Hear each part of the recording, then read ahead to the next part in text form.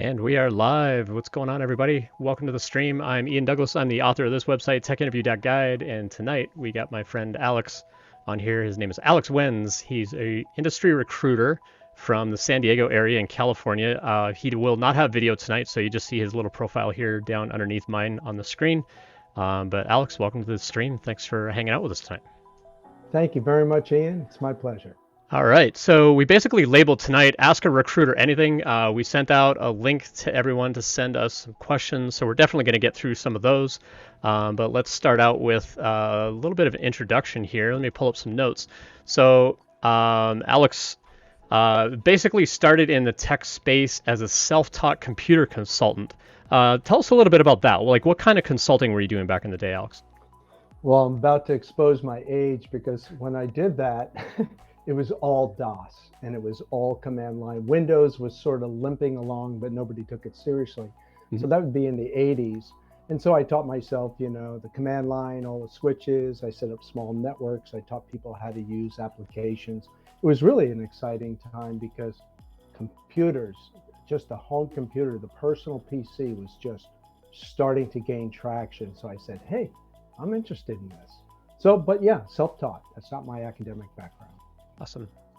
Very cool. And then from that, you kind of, you worked for a number of years, some fast-growing software company. You were director of tech support and IT, so leveraging that and leading up into kind of that upper level management as a director. How did that transition into recruiting? Because you've been recruiting now for 25 plus years, as long as I've been a developer in the industry, actually. How did that sort of director level role in an IT department transition you into recruiting? Give us some background there.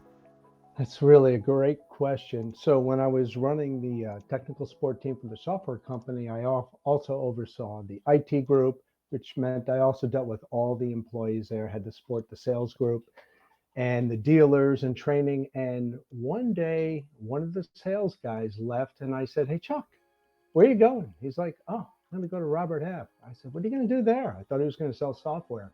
He goes, I'm going to be a recruiter. It wasn't necessarily a technical recruiter. I'm like, recruiter, what's that?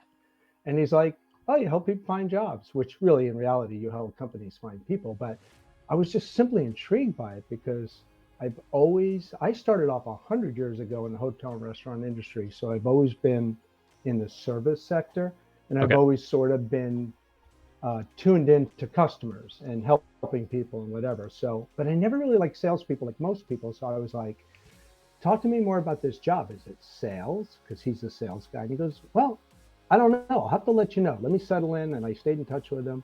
And then just one day after 8 years in the tech industry, I just saw an ad for a technical recruiter.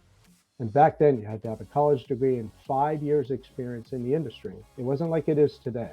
There was no internet. We Yeah. faxed resumes and called people at home, right? But that's how I did it. Some guy, it was just sort of like, does anybody go to college and say, hey, I'm going to be a recruiter? Never happens that way. So that's how I did it. I just got intrigued and ended up pivoting in 96 and I've never looked back. Yep. Awesome. Yeah, I mean, in today's realm with, internet and everything, like you can get into recruiting like overnight. You can just be like, I'm going to be a recruiter tomorrow. And like, there's going to be people out there that are going to want to hire you and get into recruiting.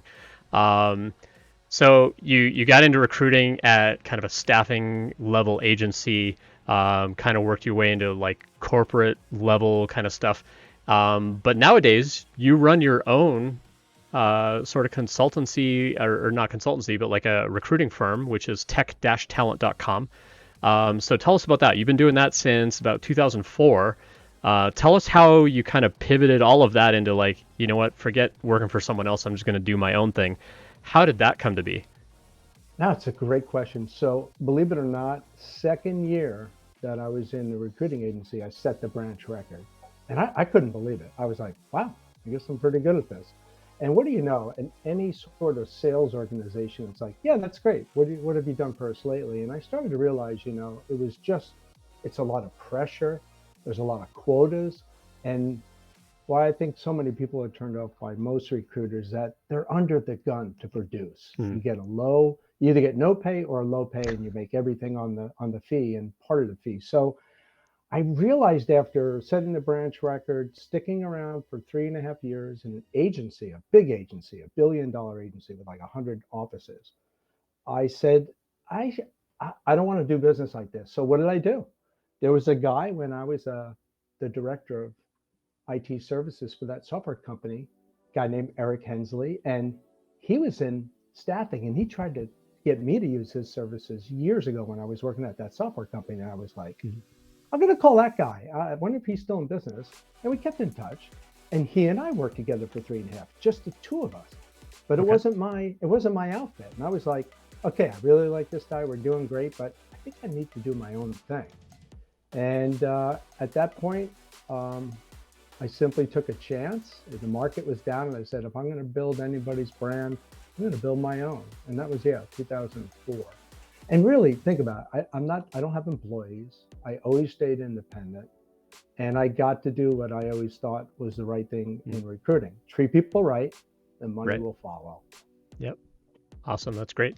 Um, got a couple of people in chat already going. Ian starting live threw me off because I started a few minutes early than usual. So for everybody just tuning in, we got my friend Alex Wenz from San Diego. He's basically an independent. What do you call yourself? Contingency No, recruiter? no, Is yeah, that kind of the well, right term? yeah, pretty much tech recruiter. Yeah, independent recruiter. Yep. And so Alex runs his own firm. It's tech-talent.com, and I thought I had a chatbot that was going to like push some stuff out periodically, but it looks like that's maybe not working. So I will paste it in myself in the meantime.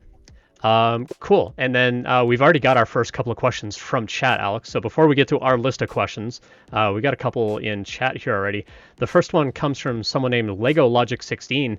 Why do most recruiters ghost candidates? So ghosting is a term that we use where you apply for something and a recruiter says like, hey, let's set up a call, and then you just never hear from them.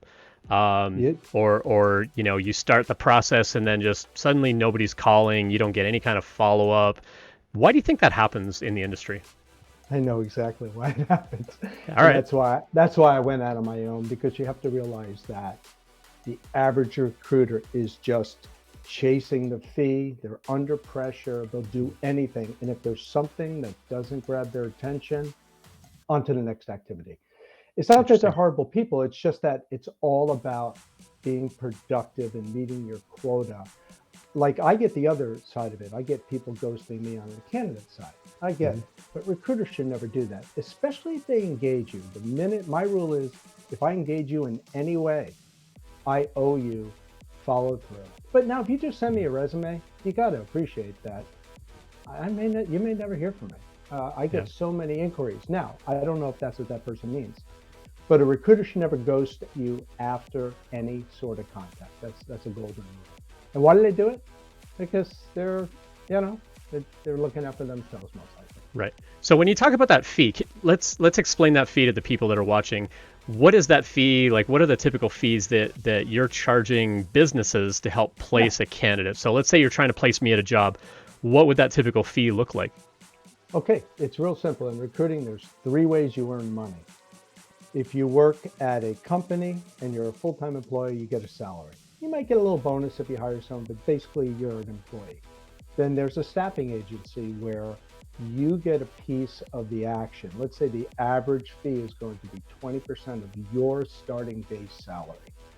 That is what the agency earns, and that recruiter who works at that agency may only get 30% of that. So every company is different. Now, you can also make money on a contractor. That's in the spread. I pay you $50, I bill the client $85, and I cover all my costs. So that's the 3 ways recruiters make money.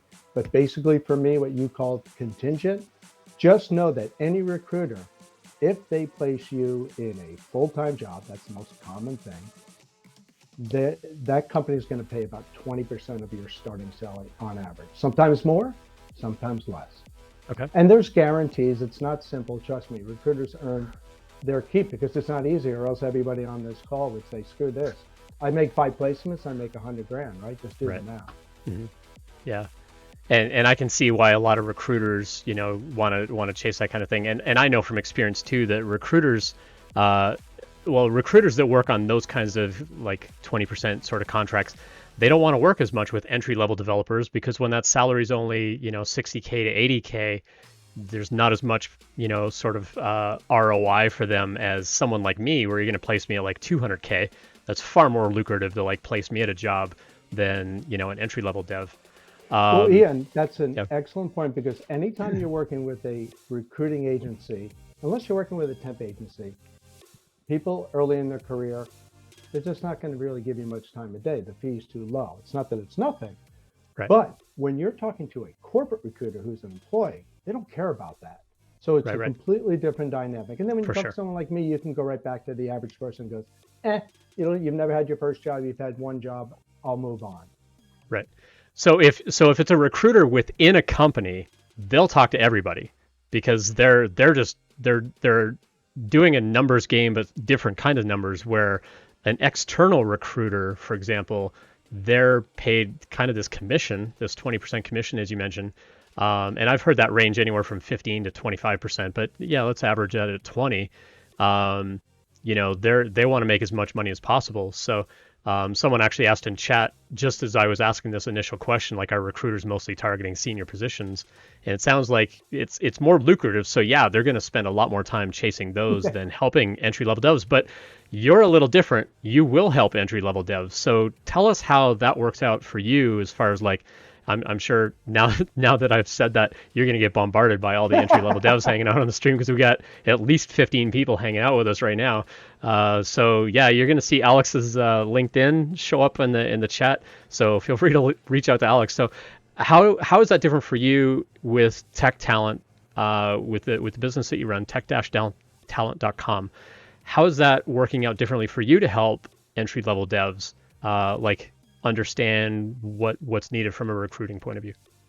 Okay, and you raise a very good point. I do that because I want to. I'm probably not going to place somebody because someone's not going to want to pay a fee for that person. But the reason I do it is it's just my nature. Unlike most people, I can make as much or as little as I want. And I say, I have kind of a rule in life. Love is right, the best drug in the world. The second best drug is helping, giving, not receiving. So Hmm. that's why I volunteer a lot. We do a lot with the homeless. My thing is anybody on this call can get in touch with me and I'm happy to give you as much advice as I can, but I'm not different in the sense from any other outfit because I probably don't have anybody paying me a fee to find you. On the other hand, read your audience. When you're working with a corporate recruiter, they're open to whatever. They hire a lot of boot camp people. They hire a lot of people with minimum experience. But when you go to an agency or an independent recruiter, expect to get ghosted. They're just not going to have much interest. They're going to maybe source you, but that's about it. Right. So explain that term. What is sourcing? Oh, sorry. So sourcing is who do you know? Hey, I know you're junior, but do you work with any senior people? I'll give you a referral fee. I'll pay $1,000 if I place somebody you recommend.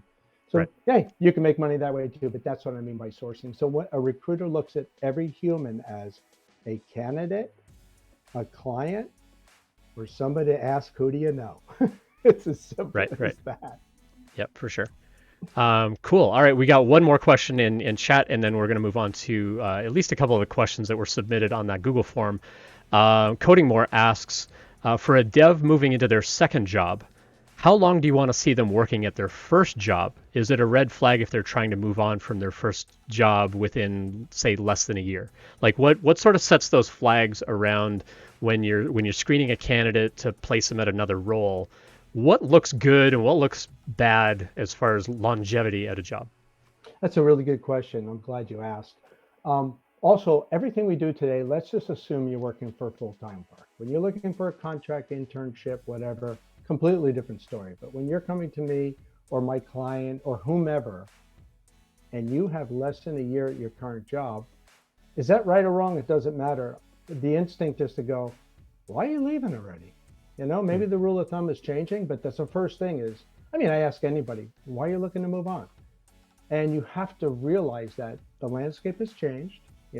My dad worked somewhere for 40 years. My wife's worked somewhere for 17 years. I think the longest job I ever worked other than for myself was 5 years. But today, there's no loyalty either way, but you have to realize that less than a year is just sort of wired into everybody's DNA who's looking at resumes like, that's really short when you don't even spend a year somewhere. Because Yeah, you for really sure. haven't gone through all the quarters, right? So I'd say rule of thumb, 1 year. I want at least 1 year unless you can't stand your job or something else is happening. Right. Yep. Great question. Thanks, Coding More, for setting that in, as well as Lego Logics. Thanks for asking those questions so far. Cool. Well, let's get to the list of questions. So, someone asked in chat if I can send out a link to the questions. So I sent out a Google survey about a week ago, and we've been kind of collecting questions through that. So I don't have that published, but we're just going to go through the list, and anything that doesn't get answered, we'll try to do a follow up, and maybe I'll get Alex to do like a guest post on the website or something like that. Okay. And then we've got more questions coming in chat already. So, but let's get to the list of things that people submitted. The first one on the list was, what's one unique thing that you look for in applicants? Like, what really And, stands out to you to differentiate somebody? and really, the most important thing with all my answers today is I'm just one guy with an opinion, right? So, Sure. but I do have some wisdom. So, what's one unique thing? It's an interesting question. My thing is, whether it's a resume or an online profile, because those are the two real mediums you're going to deal with. Is it easy to read? I don't have time. I'm looking, think about it. I've probably looked at millions maybe of profiles and resumes in 25 years. Any recruiter is looking at hundreds every day, if not 500. So if it's not easy to read, fair or not, I'm moving on. Is it well organized? Is it sloppy? Are there typos? If it's not organized well, it's probably not easy to read. Um, and then people ask, like, what am I looking for? Well, okay, so first that's that sixth sense, which is, oh, is this easy to consume? Did they use a simple font? I know these are all silly things, but you got to just make it easy to read. Use bullets. I'm a Yeah, big for fan sure. of bullets. But my biggest thing is right away I'm going to look, are they currently working? Are they in an internship? What are they doing right now? It's not really job tenure, but I want to know, what is somebody doing now? Because most people think anybody worth their weight is employed. It's not fair, but that is my first instinct is I don't care if they're in tech or whatever they're doing. What are they doing right now? Hmm. So unique thing I look for, like I said, it's more instinctive, like, please just make it easy to read. Because that Yeah. says a lot about a person too. You got to communicate. Now, when you're looking at the resume, are you looking for things like a link to a portfolio where you can like visually go see maybe the projects that they've worked on, or really well-known company names that they've worked at, things like that? Or are you just like, kind of taking them as is, one at a time? Like, how do you sort of screen? Like you mentioned, kind of that 6 second thing, which we talk about, like, people that screen a resume to know whether to call you. They're literally just scanning it really quickly, going, yeah, this person has, I think, the right skill. I'm going to at least get them on the phone. Yeah, Um, Go ahead. well, exactly. Let's say they applied for a QA job and right now they're working as an accountant.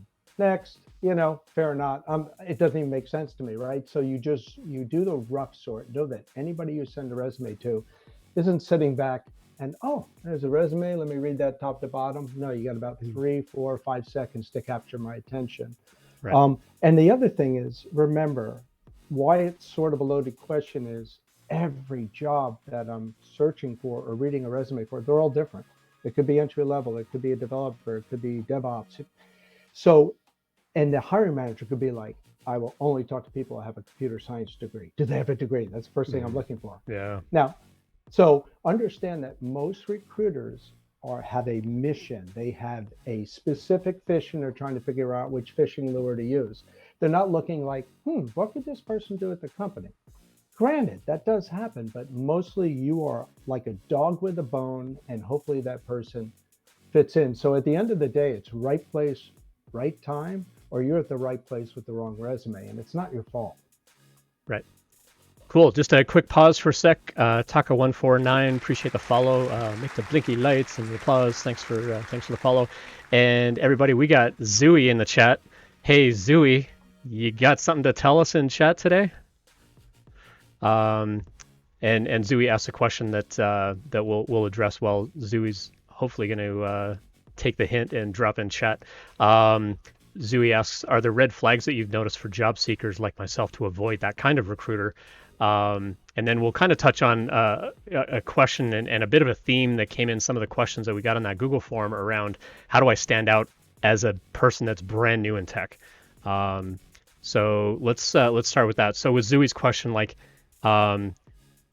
what are kind of flags that you've noticed for job seekers that recruiters are just like, I'm not going to touch that person at all? Oh, that's an interesting question. It used to be their picture, but now I realize that's different. Or somebody who lists, the Boy Scout activities or something like that. I don't know. Like red flags. Well, once again, sloppiness, of course, something like that. A lot of different fonts, so that'll catch my eye. But I'm trying to think red flags. That's very, it's kind of a broad question. Do they have any leading, like, are they driving at something? Do they think they have something that's a turn off? Yeah, that's a good question too. I mean, kind of going back to the theme that you were saying, like you've worked with engineering managers that are like, if they don't have a computer science degree, I'm not even going to call them. I've worked for engineering managers like that, and I keep telling them like, hey, we're asking them to write front end JavaScript. They don't need a CS degree for that.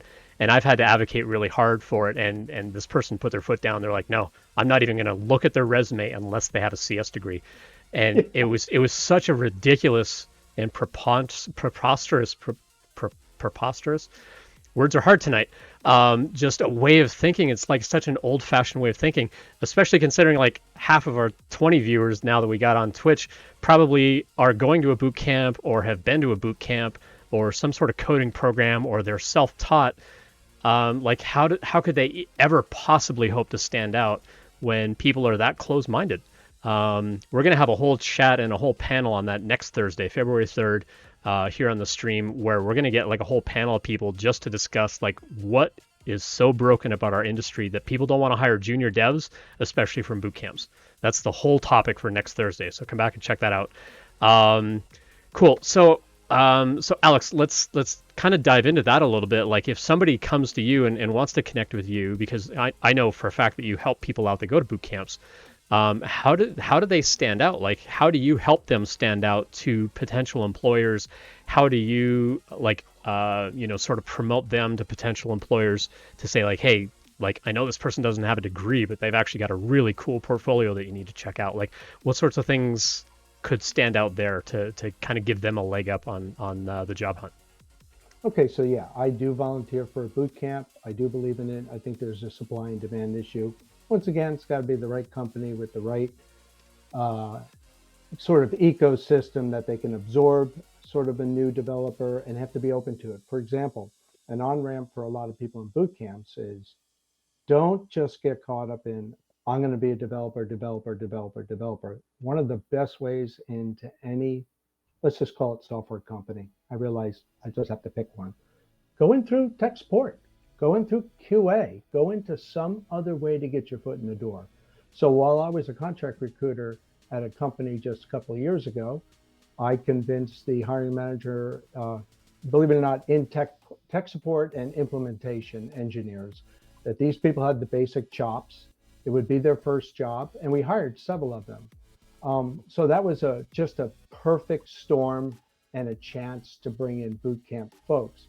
Nice. And I think a lot of it is just simply driven by supply and demand. So use that in your favor, because we definitely don't have enough developers.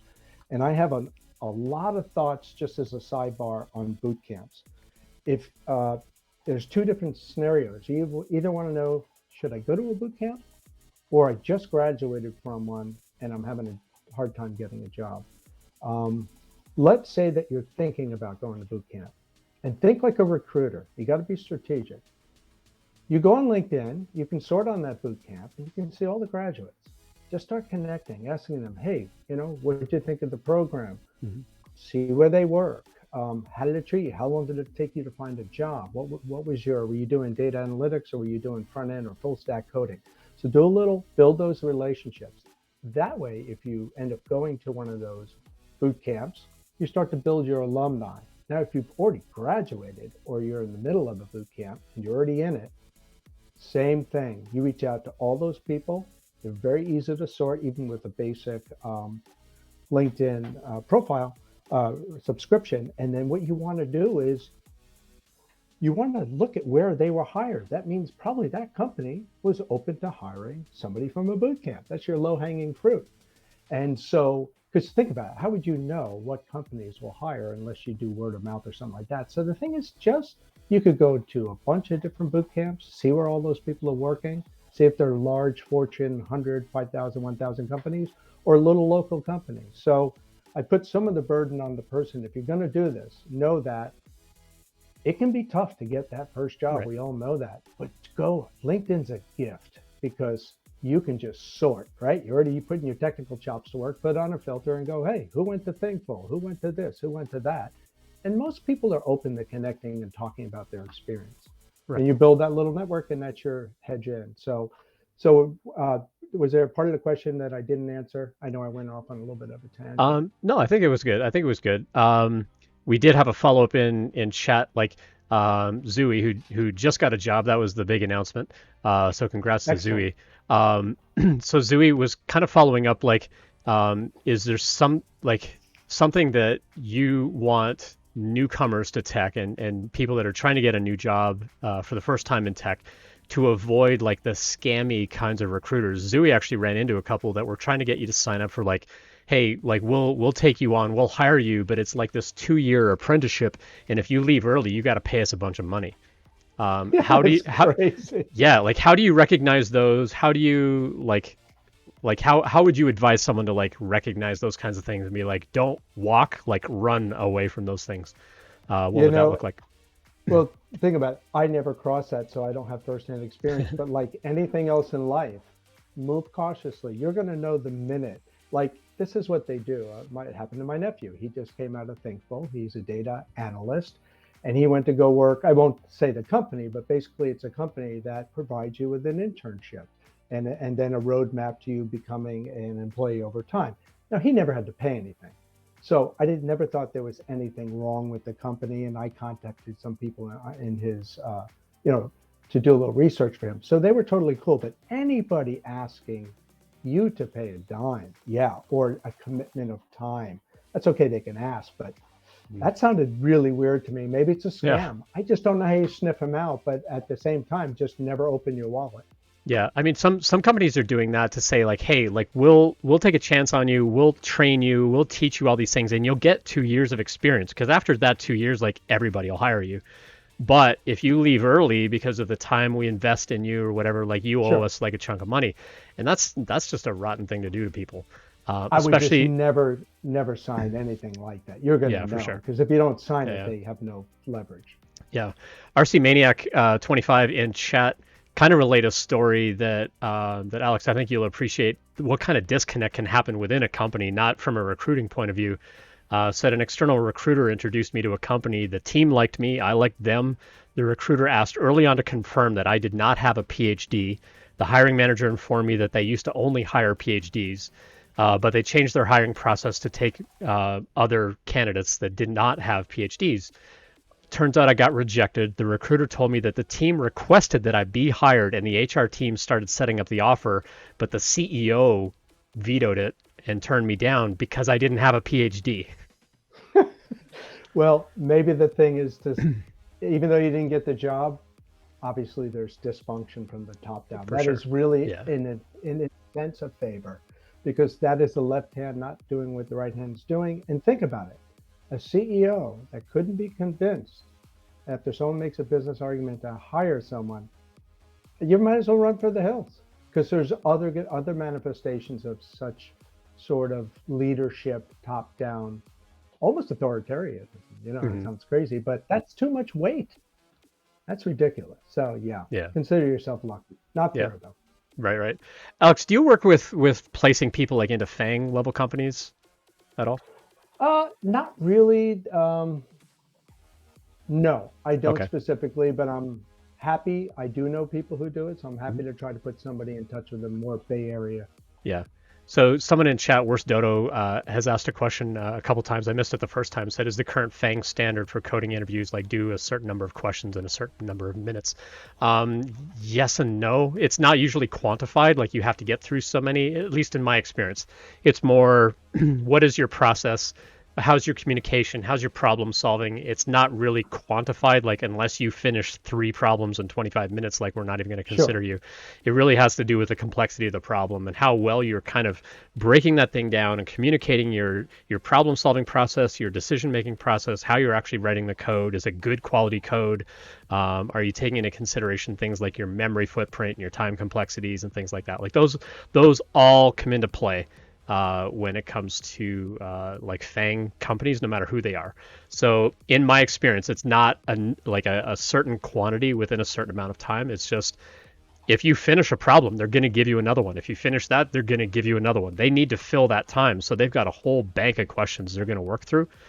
But in my experience, it's not typically like unless you get through 3 of them, they're not going to hire you. And let me That's and my let me experience. let me add something. You're right. Fang, they all have almost like a recipe, and look, it works. But my real question is, ask yourself why you want to work at a Fang company. I get it, but ask yourself honestly: is it more the prestige, or is it the fact that you know you're going to get about for every year you work there, it's going to be about 3 years of experience. It is a great way Mhm. to gain a lot of experience, but just ask yourself why you want to work there, because there's Right. tons of companies to work for. For sure. For sure. Cool. A quick question from Alex on LinkedIn. Can you talk about self-taught devs standing out? So let's say you don't even go to a boot camp, you don't go to college to learn programming. Like you're just kind of picking it up on your own. You're kind of that hobbyist level, and you want to get into code, and so you're learning things, maybe building projects. How does that kind of person stand out when they don't even have like formal education of any kind relating to software? Like, what would you recommend to someone like this other Alex to sort of stand out like that? Yeah, if you're not obviously going to go through the bachelor or boot camp route, you got to have a GitHub. You got to do things that brand you and position yourself for someone who's serious about professional development, self education. So you can do a lot of stuff that doesn't cost you a dime. But if I saw somebody, my first question would always be, okay, you're self taught. That's actually good. I was self taught. Um, and at the end of the day, though, what does that mean? Are you really hungry? Do you have a GitHub account? Can you It might be projects that you've done. But understand, once again, don't think you're going to jump into a coding position. Always go. That's what I did. I was a self-taught consultant at that software company. I started as a software tech support guy because tech support is, unless you just can't work with customers. I know there's left and right brain people. I get it. But if you can, I'm telling you, it's the lowest barrier to entry is to get in through either like black box testing, uh, tech support, not IT, but really, and that once again, tech support's generally a software company. So Mhm. yes, I am talking about software Yeah. companies, but I would imagine most people here are probably trying to get into a software company. That's a big Sure. assumption. So I hope that answers the question. But yeah, Mhm. it's tough for self-taught people. Yeah, and I actually mentioned to someone. So if you're familiar, Alex or folks on the chat, if you've seen this 100 devs boot camp that this guy's running basically online, he's live streaming. They might actually be live streaming right now, um, or just wrapped up. Excuse me. And I was actually in their Discord today and actually gave a piece of advice to someone who was asking about getting into a QA job. And my recommendation to her, as well as like everyone else on this stream that I've mentioned in the past, starting a career in tech support or QA does not pigeonhole you into that kind of job going forward in the future. You get to control the narrative of your next job and the job after that, and how you tell that story. And I always tell people, like, if you start in a QA role, if you start in a support role, heck, I started in a support role and that transitioned into pre-sales engineering, and then I got into development. You get to sort of tell that story however you want to the next recruiter, the next, hiring manager, to say, I did that on purpose because it made me a better developer. I understand more what the customers are going through. I understand more of their struggles. I understand more about the UI. Or from a QA point of view, I understand a lot more about testing. I understand how all these systems kind of communicate and talk to each other, and that makes me a better developer. So now getting into a developer job, I'm going to be a way better developer than people that didn't go down that route. And you can use that as a selling point, like you did that on purpose. So yeah, it does feel like I'm just kind of like easing my way into a tech job and into a tech company. It's like, yeah, but you can utilize that to pivot into an actual developer job and use that story as, no, I did that on purpose to make me a better developer, and that's why you need to, hire me to write software, because I've got more empathy, I've got more, UI experience, I've got more testing experience than somebody coming in who doesn't have that kind of background. Yeah, and that comes back to my narrative that don't take it personally. You have to think strategically, and you'll actually be a much better developer if you start in support. I'm not saying you have to do it. And the other thing you look at too is not everybody can do it, but if you can do a free internship and just say, I want a chance to prove myself, why not? If you can pull that off, and maybe you're still living at home or something like that, or you're independently wealthy, but it's like my wife and I always try to tell our nephew when he was, I can't find a job. It's like, why don't you do a temp job? And what happens is people go, wow, smart kid. He gets it. He picks up things fast. Why are we let's just hire him. I mean, contract to hire or temp to hire is such a beautiful way. And that's another possibility. There are a lot of tech staffing firms that do temporary placements. Right. And, there's some rules. They can't just hire you right away. But the point is, all you're looking for is a chance to prove yourself. So think outside the box. I know it's such a ridiculous expression at this time, but it's true. Everybody else is just going, I want to be a developer, and that's all I'm going to settle for. And you're already out, 3 months. You could have been on tech support or interning or temping. So it's just something to think about. I'm personally not a fan of like the whole idea of like free internship, though. I believe you should get paid for your skills, and yeah, you're still proving yourself, but that's the point of contract to hire. Is they've got you on a small contingency. They're going to pay you hourly or whatever to prove you can do the job. If you can't do the job, they can just let you go. It's no big deal, and they don't have to go through the whole hassle of like, oh, we had you as an employee and now we've got to pay unemployment and blah blah blah and all the benefits and whatever. And so I get why companies do the contract to hire route. But I think that that's a better way to go than like working a free internship. Like you said, like if you're not coming from a place of privilege or independent wealth and things like that, where you can just afford to work for free, I generally advise don't work for free. Like if you've got the skill, get paid for that skill. And I agree with you. It's really just a plan D. Like I have tried everything. It's just, I'm always thinking, all right, you go left, there's a block, go right. Oh, that door's locked, try another door. You just have to be creative, because you know what the average person does to look for a job? They send off a resume and they pray. And it's about all it is. It's almost sort of funny. You got to realize finding a job is a job. And the more organized you are and the more persistent you are, it's a numbers game. It just is. So the submit and pray doesn't work anymore. Yeah, it's really about who you know, and I like the advice that you gave really early in the stream of like leverage LinkedIn, like getting to know people, building those relationships, building that rapport with people, like reaching out to hiring managers. That's going to get you a job way faster than just blind shotgunning your resume out to like hundreds and hundreds of places. Otherwise, it is a numbers game. You're hoping that one of those hundreds of recruiters is going to like notice and maybe give you a phone call. But unless you've got something that really stands out, like they're just going to look at it and go meh and pass, and like you never get a phone call from them. And so kind of going back to like we were asking Alex earlier, like what is ghosting? There's a difference between applying and never getting called, and getting a call and then like not ever getting a response. So not getting the response after the fact is what we call ghosting, where like if you apply and you just never get a phone call, that's not really ghosting. That just means like for whatever reason you're not showing up in their system. One thing that that I had planned to do this week, because I start my new job on Monday, I signed an offer myself. Is come up with some kind of flow chart sort of diagram, because I get people asking all the time like, oh, I made it to this point in the interview process and then I never got called back, like what happened?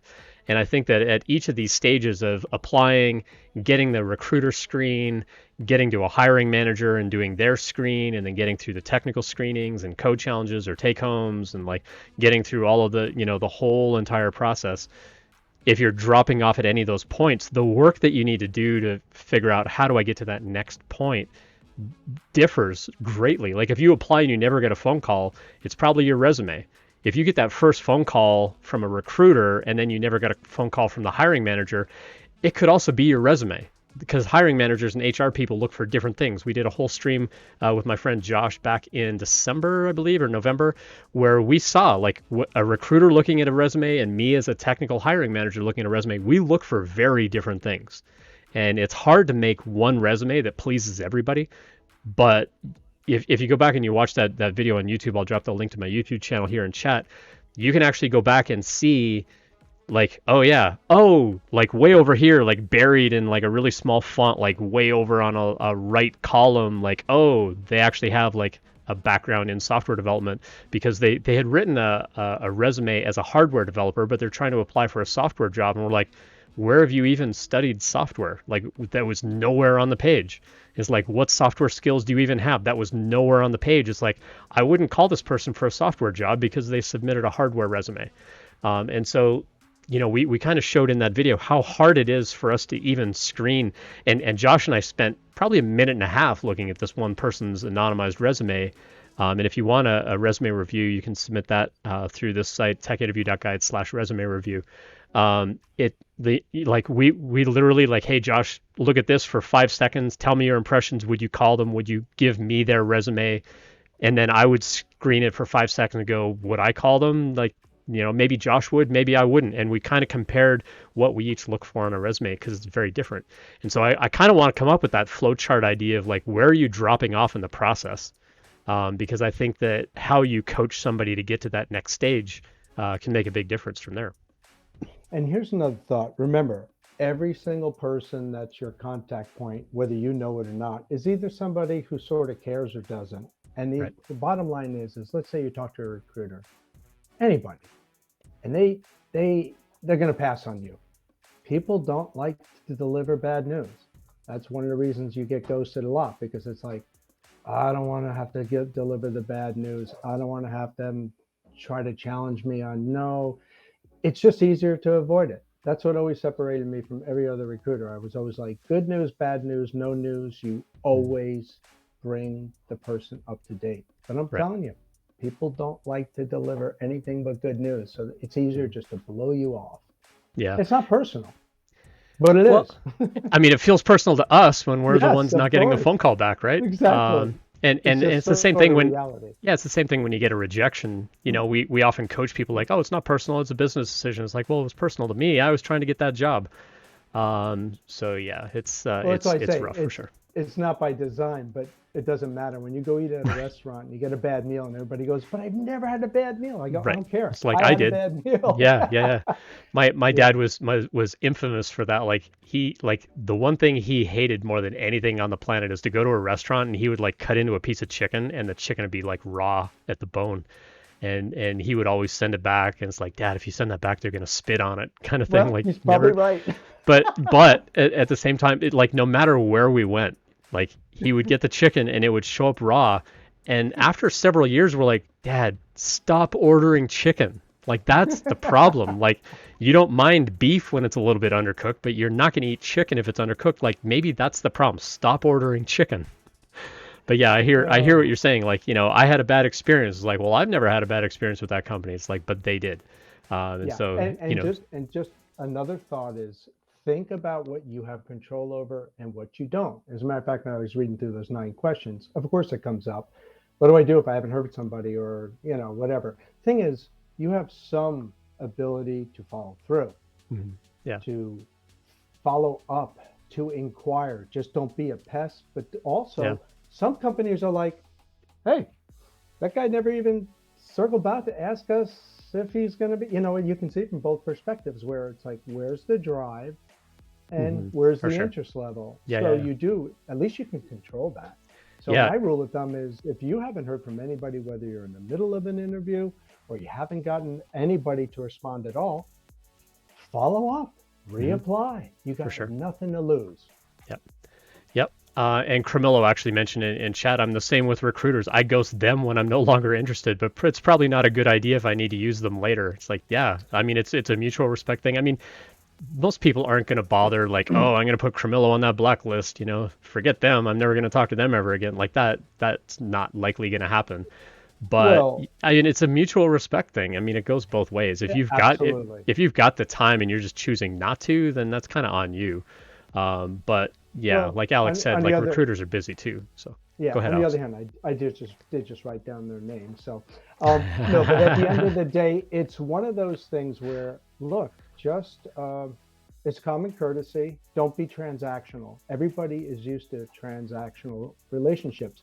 Granted, 99% of them will be, but the funny thing is if you just treat people with common courtesy and respect, For sure. it opens doors too. Hmm. It's a funny thing. Hey, I'm glad you followed up. Hey, thanks for following through. And by the way, another job came up, and you just never know. Like I always say, treat people well, and the money Hmm. or whatever you want to call it, the rewards will follow. Yeah. Um, Kind of going back to our list of questions here, when you finish like a screening call with someone as a recruiter, like you're gonna do that initial phone call and then figure out whether to pass them on to a company where you see an opening and so on. When you finish that interview, are like do you kind of make an immediate like yes no sort of consideration? And if it's no, do you tell the person right away? Or do you tell them like, yeah, I think this is absolutely going to turn into like more phone calls? Like, I know you can't guarantee that it's going to turn into phone calls, but like if it's like if you know, let's say you're screening me and that conversation just doesn't fall apart. Like, do you just tell me no right away, or do you like wait a little while and then say no? Like, what's that process look like for you? Yeah, I'm glad you asked because the only problem with the question is I know what I do, and I Right. probably know what most recruiters do. But yeah, I'm pretty binary. It's the only way to survive because of the volume of things. But I always Mhm. immediately have a yes, no, maybe criteria, and you just Okay. know it. You could be Mhm. wrong. I've made mistakes, and pretty much I would imagine at the end of every interview session, unless it's a group interview where it's panel, somebody is definitely hedging towards a yes, no, maybe. Hey, it's great to be in a maybe category because something may happen. Right. It's the no that nobody wants to tell you. They'd rather Yeah, be they don't want to give you back bad to that. news. Yeah. They don't want to give you bad news. Yeah. And Yeah. I wrote down some questions. I have some really good ways of salvaging any interview. But here's the thing about interviews: you got to realize we all are who we are. I could tell Mhm. you, hey, don't talk so loud. Don't talk so fast. Don't do this. Don't do that. You know what? I could give you all the advice in the world. When you get on that phone, you go right back into that primal mode. But what you Right. can do, what you can control is writing down two, three questions because you're going to forget them, but they're written down. Mhm. That takes you out of your normal DNA to just do whatever Sure. you're going to do. The other thing is at the end of every interview in your own way, it's, hey, Ian, listen, I've enjoyed the conversation today. I'm really excited. Let me ask you, is there anything about my background or my abilities? Like, does anything concern you about my ability to do the job? And I just thought, well, I'm still on the phone, let's put it Mhm. on the table. Right. And that allows you to talk about something like I've given you permission to tell me I'm horrible for the job, whatever it is, but it also gives you a chance to rebut it. Because once you hang up, you're dead meat. They've already made that yes, no, Right. maybe Mhm. conclusion. So try to salvage it. And that's one of the best interview questions you can ask at the end is try to get them to table the stuff that's going to kill the deal. Yeah.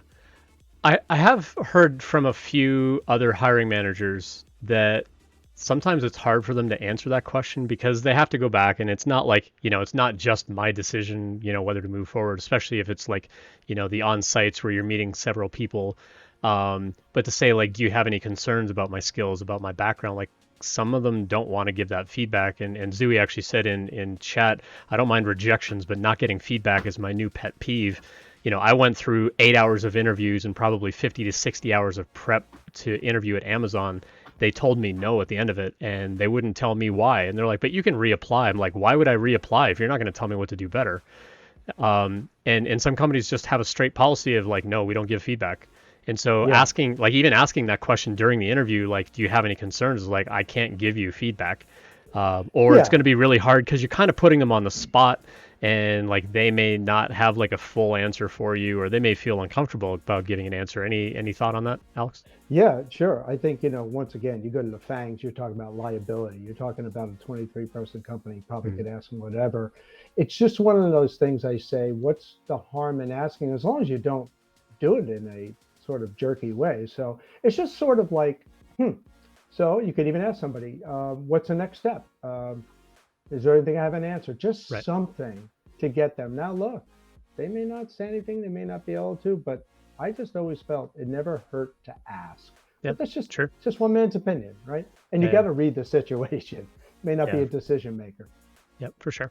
Got a first-time chat from someone in, or first-time question from someone in chat. I'm Sarah Rudy. Thanks for the follow. Get some blinky lights for you. Thanks for joining us tonight. They ask, what is your stance on the importance of cover letters? That was one of the 9 things. Okay, well, once again, this is me. You Yep. know what? I never read a cover letter. Never, never, Really? never. The only time I read it is if they fall into the yes or maybe category.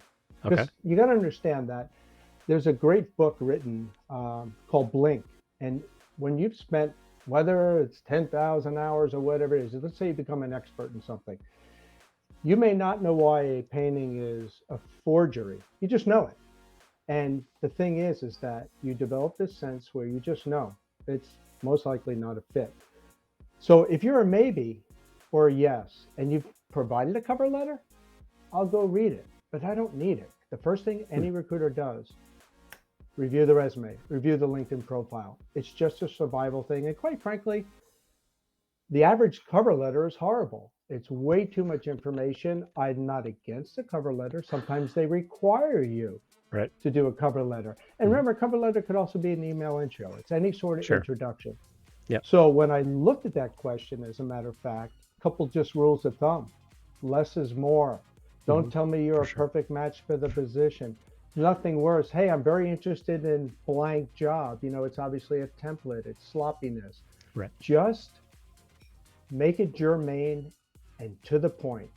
That's all I can say. You're not going to really get a chance to sell yourself on the cover letter. Now, granted, there were 1 or 2 times where I read a cover letter and I said, oh, that kind of provides context. I guess, you know, Right. I should have looked at that.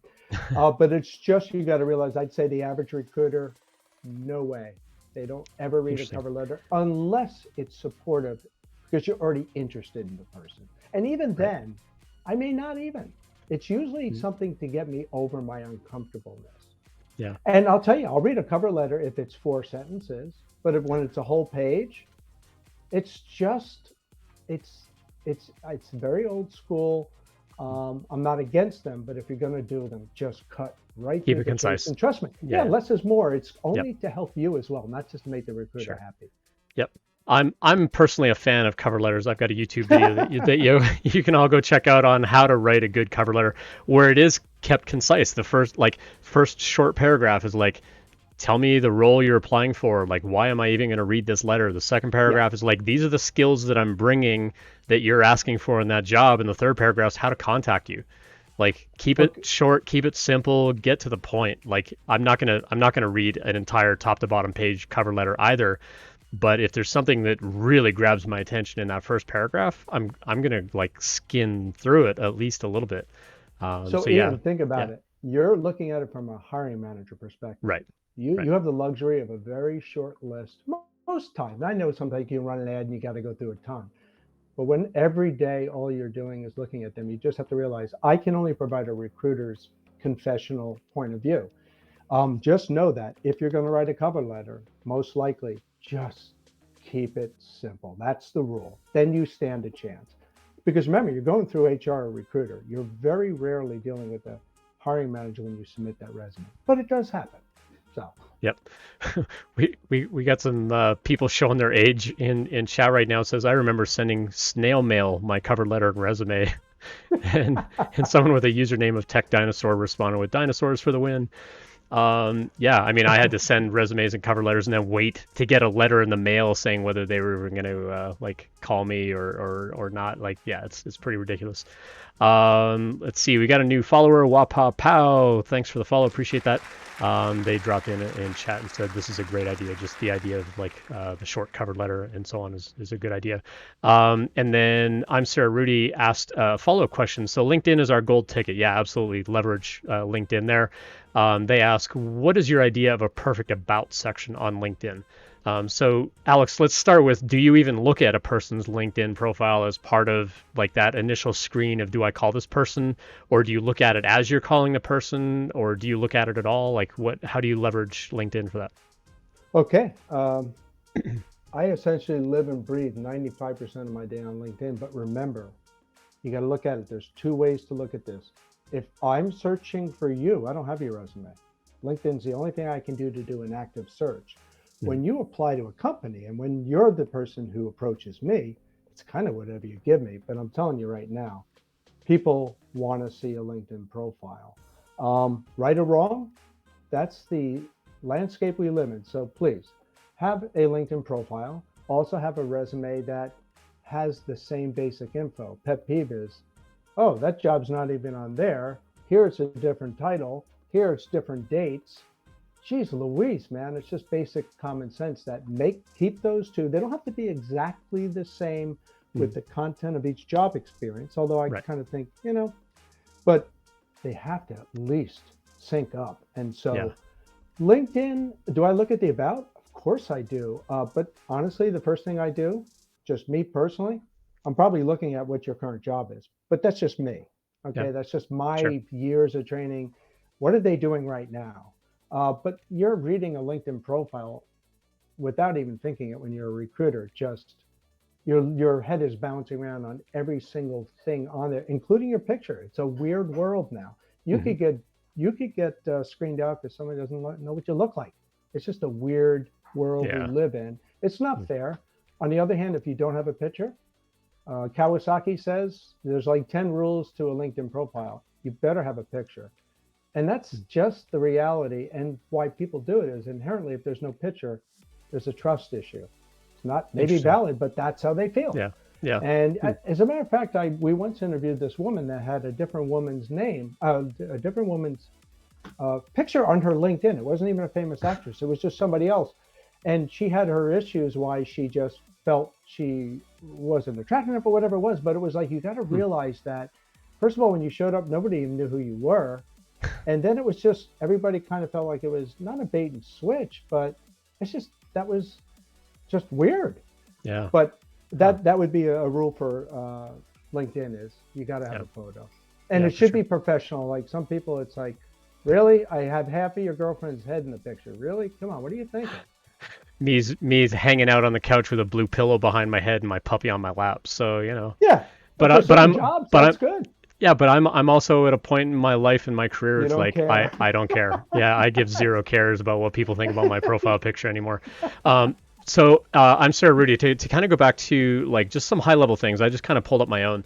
A couple of things that I would look for when I'm looking at LinkedIn is I'm looking kind of at that title underneath your name. Make that title whatever role you want to be. So if you want to be a software developer, like if you're studying software development, write software developer in there.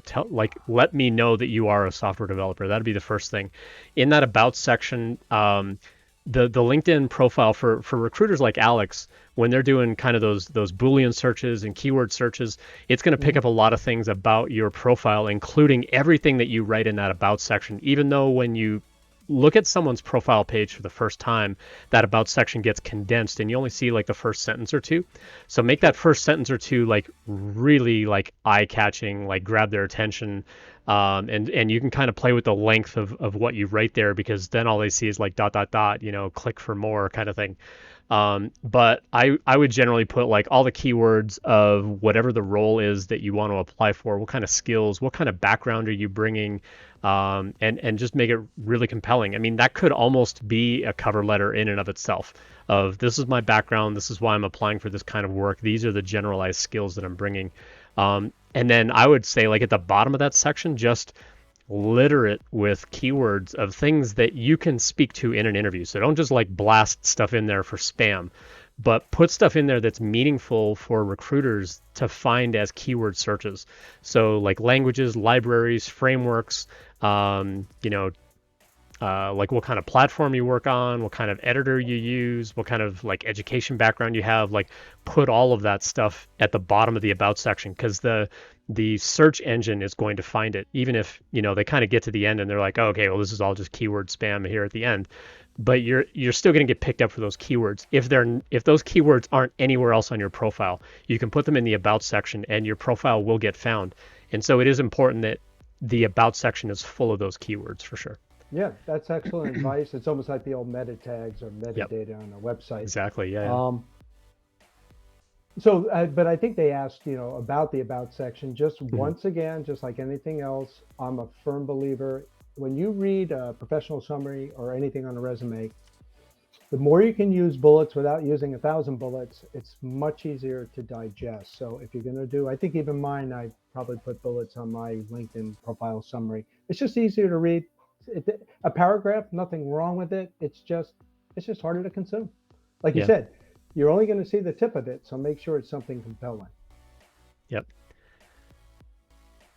All right, just finishing up a chat message here. So we got a handful of follow-up questions in chat from here. So let's see. We're gonna go to Cold River asks, are employee and internal referrals meaningful? I hear different things about this, different kinds of opinions over whether an internal referral is good or bad. Well, I would like to think it's always a good thing. Just remember that companies either offer bonus or no referral fee. That's one thing. Mm. So some people might even say, "Hey, you'd be great for that job," but that's because they want the referral fee, and then you're completely unqualified. Right. I don't see personally have been on the corporate side inside a company for years and years as a contract recruiter. I don't see how that's a bad thing. I'm trying to figure out why it would be a bad thing. Educate me. I'm trying to think about if they could reply. What would having an internal referral? How could that be bad? I'm just trying to think that through. Unless it's the worst employee. I was gonna say if as a hiring manager, if I don't even like that person on my team, like why would I bring on one of their friends? But Yeah, I mean, if you really enjoy working at a workplace and you want to refer a friend, like that should be fine. But um, I mean, if it's my bias against you, and so I'm not even going to call your friend, then that's on me. Like I need to repair that working relationship with you, at some point anyway. yeah. So And, if and for if there what is a it's bias, that needs to get fixed. So yeah, and for what it's worth, remember, a recruiter at any company, HR, whatever it is, anything, it's a gift when people apply. It's a gift when mm, someone makes an internal referral. And I always wanted to give an internal referral that go to the top of the pile. Now, that's a philosophy. Not every company is like that, but I really don't see the downside of it. yeah, yeah, very cool. All right, well, let's grab another one off our list here. What do you see on a resume or a cover letter that absolutely makes you cringe? Oh, I remember I saw this. Let me just see something. Cringe. So I'd written myself some notes. Once again, recruiters are really busy, so just keep it simple. Um, and that's why I'd mentioned myself. I don't read cover letters, but to think, okay, cringe.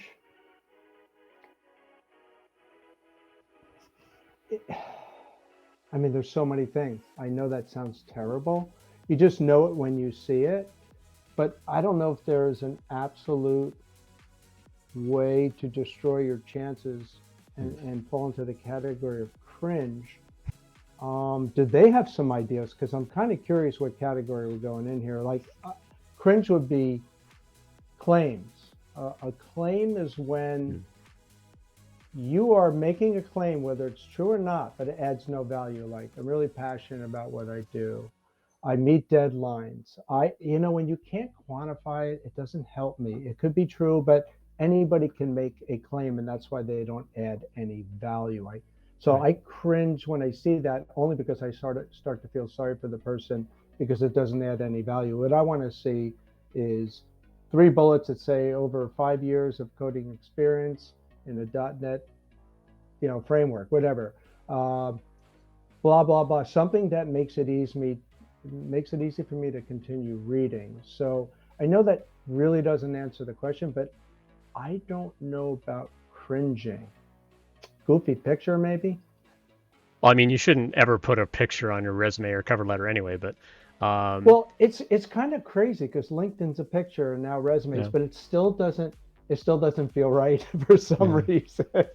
yeah. But yeah, I'll have to think about that while you're The if one, you're reading something. But I really yeah, I don't think about what makes me cringe other than just horrible, like different fonts. It's more about the presentation. It's not something if they it's really hard say. to read, that's definitely one. Yeah, There's there's one that stands out for me, and this person had only been out of school for like 2 years, so they were like a decently junior, entry level kind of dev. They only had like 2 years of professional experience, but their resume was like 4 pages long, and they were listing like dozens of programming languages, dozens of frameworks, dozens of libraries, and like all these claims of like, I know this and I know this and I know this and I know Yeah. this. And I'm like, there's no possible way you have any level of depth of understanding in most of this. So I didn't even bother calling.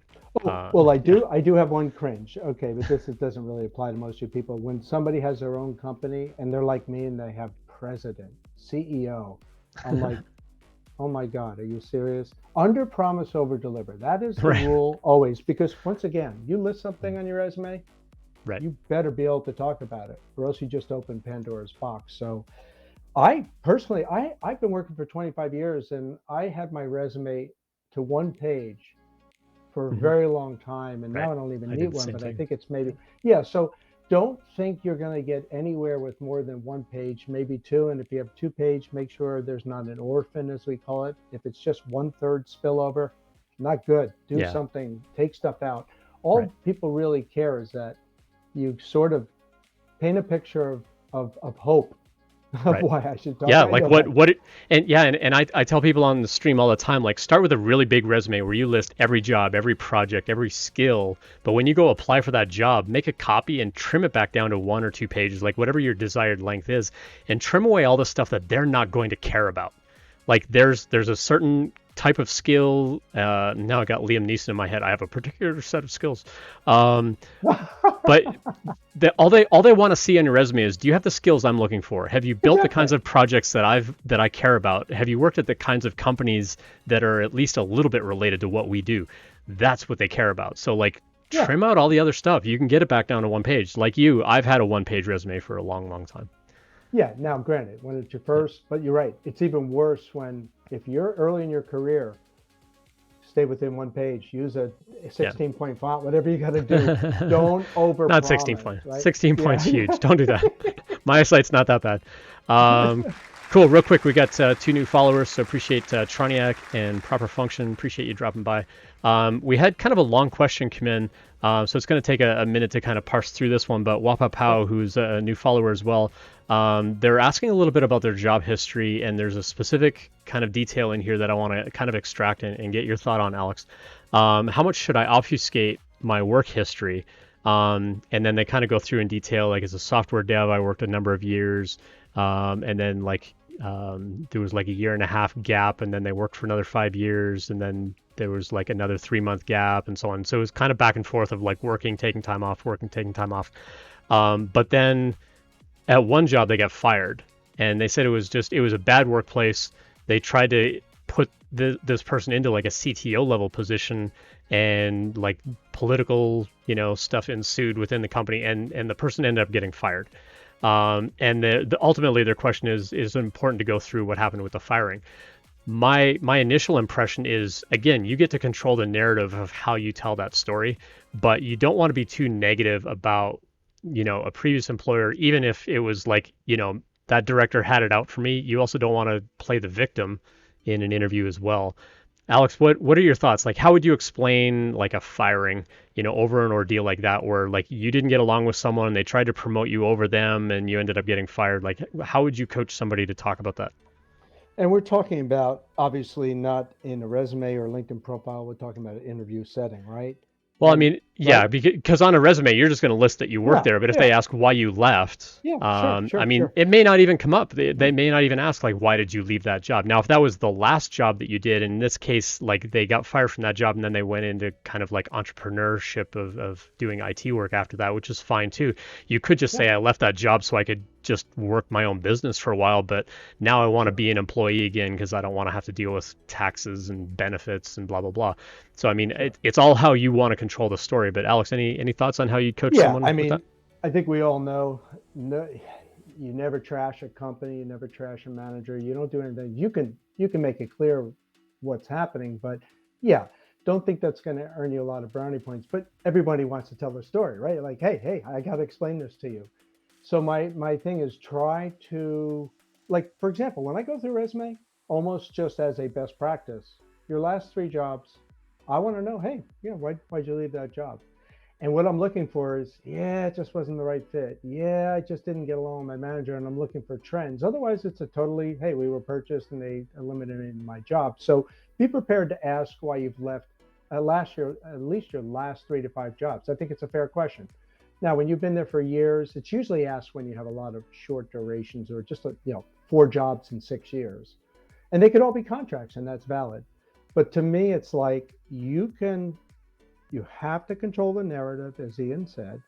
And you can say, hey, look, it was just sort of a chemistry thing. You Right. go into a company, you really don't know what it's like there until you work there, and it just didn't work out. I Yep. mean, what's the benefit of going through that whole story? You tell that in the lunchroom after you're hired, right? Right. That's when you can do, hey, Exactly. by the way, look at these tattoos, and I'm part of the cannabis club, whatever.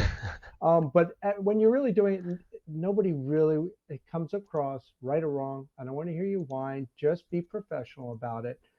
But yeah, you can say it was a chemistry thing or it was a little toxic. Try to soften the blow. Even if it was the worst place to work, just say, well, it was pretty toxic, and I found that out once I worked there over time.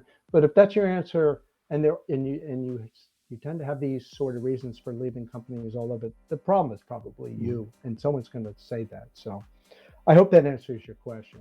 Yeah, they did follow up and said that the director called and said, you're the new CTO. A week later, the CEO called and said it's not working out and was fired within a week. So, yeah, I would say on that one, like, I don't think you even need to really explain like what No, happened with you that don't. job. I wouldn't, I No. mean, if you were never really the CTO, that's not going to be your Yeah, who title at the cares? company anyway.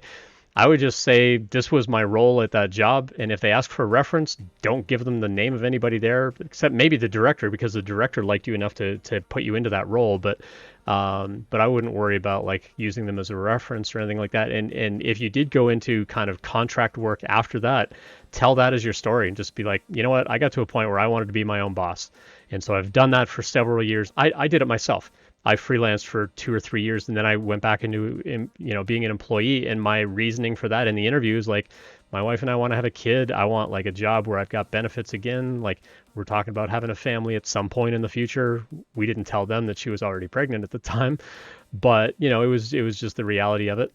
And they're like, yeah, that's fine. Like they don't care about that kind of stuff. So Yeah, so resist the urge to purge, and it just take the high road. There's little benefit and reward in trashing folks. Like I said, you can do it after you're hired. yeah, for sure.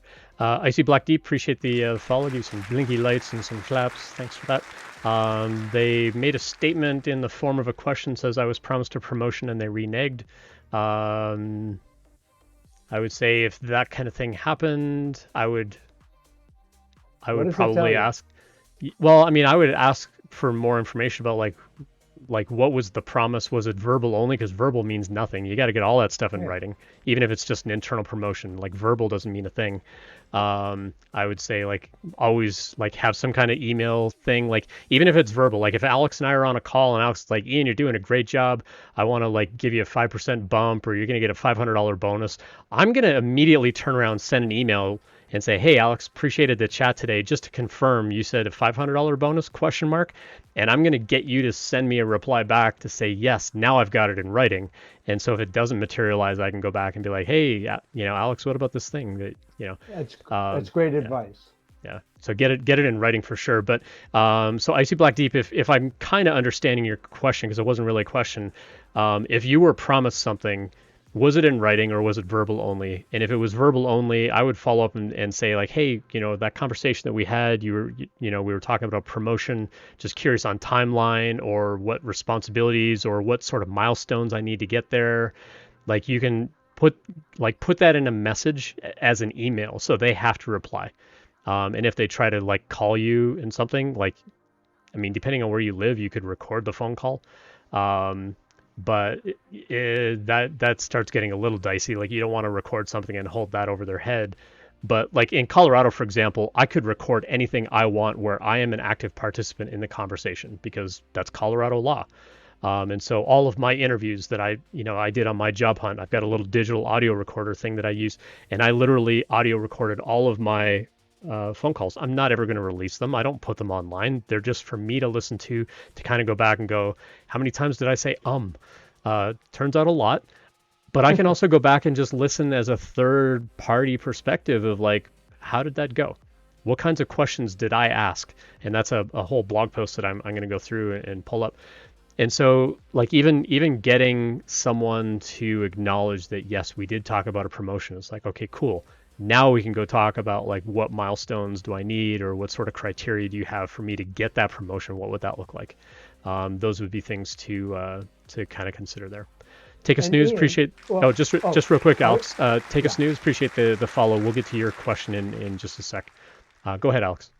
I was going to say too, look, not everybody has the luxury to tell somebody to pound sand or whatever, but at least make a note to yourself that it's either isolated incident, or when you have that kind of negative experience in the company, you just have to constantly just keep a tally like, is this like systemic? Is this just this one manager? Like, who wants to work for a company that does something like that? And it doesn't mean they're the evil villain, but these are the things where you go, realize you have a choice and you're going to be a lot happier when you work in a sort of healthy environment. So, if possible, just make note of it and go, yeah, I would say that is a pretty uncool thing about the culture here because it was Yep. wrong. You don't make a promise, Right. especially without describing how you change, did the pivot. Yep. So just Yep. kind of philosophical versus strategic or tactic. Yep, for sure. And Wapa Pao followed up with a question about like, well, wouldn't they try to call that company for a reference? I would say very few companies even call for references. Like I mentioned in chat, my recent job hunt, I applied at 30 companies. I got 6 offers. One of them asked me for references. And you know And why? it was a list of company, or it was a list of references they asked me to provide. And so it wasn't like, hey, can you get someone at this company to give you a reference? It was just like, who do you want us to call? And I'm like, who do I know that's only going to say good things about me? Let me give you a list of like, that's why reference calls make no sense to me. They make no sense to me. It's like literally I'm going to give you a list of like my mom and my uncle, and they're all going to play different roles and they're all going to say glowing things about me. It's like, yeah, can you give me a list of people that are only going to like sing your praises and like kiss the ground you walk on? It's like, sure, I'll give you a list of those people. Like, what's the point of a reference call anymore? If they do call a previous employer, they're also really limited in what they can ask. It's like they can verify you worked there from this date to that date. They may verify your title, and that's it. They can't ask like, why did they leave? Did they get fired? They're not allowed to ask that kind of stuff. Now there are ways they can skirt around that. My favorite one, Alex, Sure. is, would you hire this person back again? Because if they say no, they left on bad terms. But Yeah, it's legally, actually a great question. I'm allowed to ask, would you ever hire them back? But like, they're not going to ask like, what are their strengths? What are their growth areas? If you give them like a personal reference, like Alex is my buddy, you can totally call Alex. They're going to ask Alex like, what's Ian really good at? What could Ian improve at? Like, they're going to ask Alex those kinds of things. But if it's a previous employer, there's not a lot they can ask. And so they're generally not going to say like, give me a list of references of the last 3 places you've worked. That's just not going to come up at all. So confession, it's like my cover letter thing. I had this contract. I mean, it was like 9 years, but I still kept all my own clients. After about the third year, they always wanted me to do references. I just never did them. I don't see any value in them because of those reasons. There's liability issues in this. However, there is some value. If I'm a hiring manager and I get the chance Sure. to talk to another manager that somebody worked for, what's the harm? I'll just ask, some questions. It can't hurt. But yeah, I agree with you. Most references are sort of low value. And I was just asked today. I have a candidate going in, totally senior guy. He said, "Hey, do you got references?" I said, "Oh, really? Would you Yeah. like me to get some?"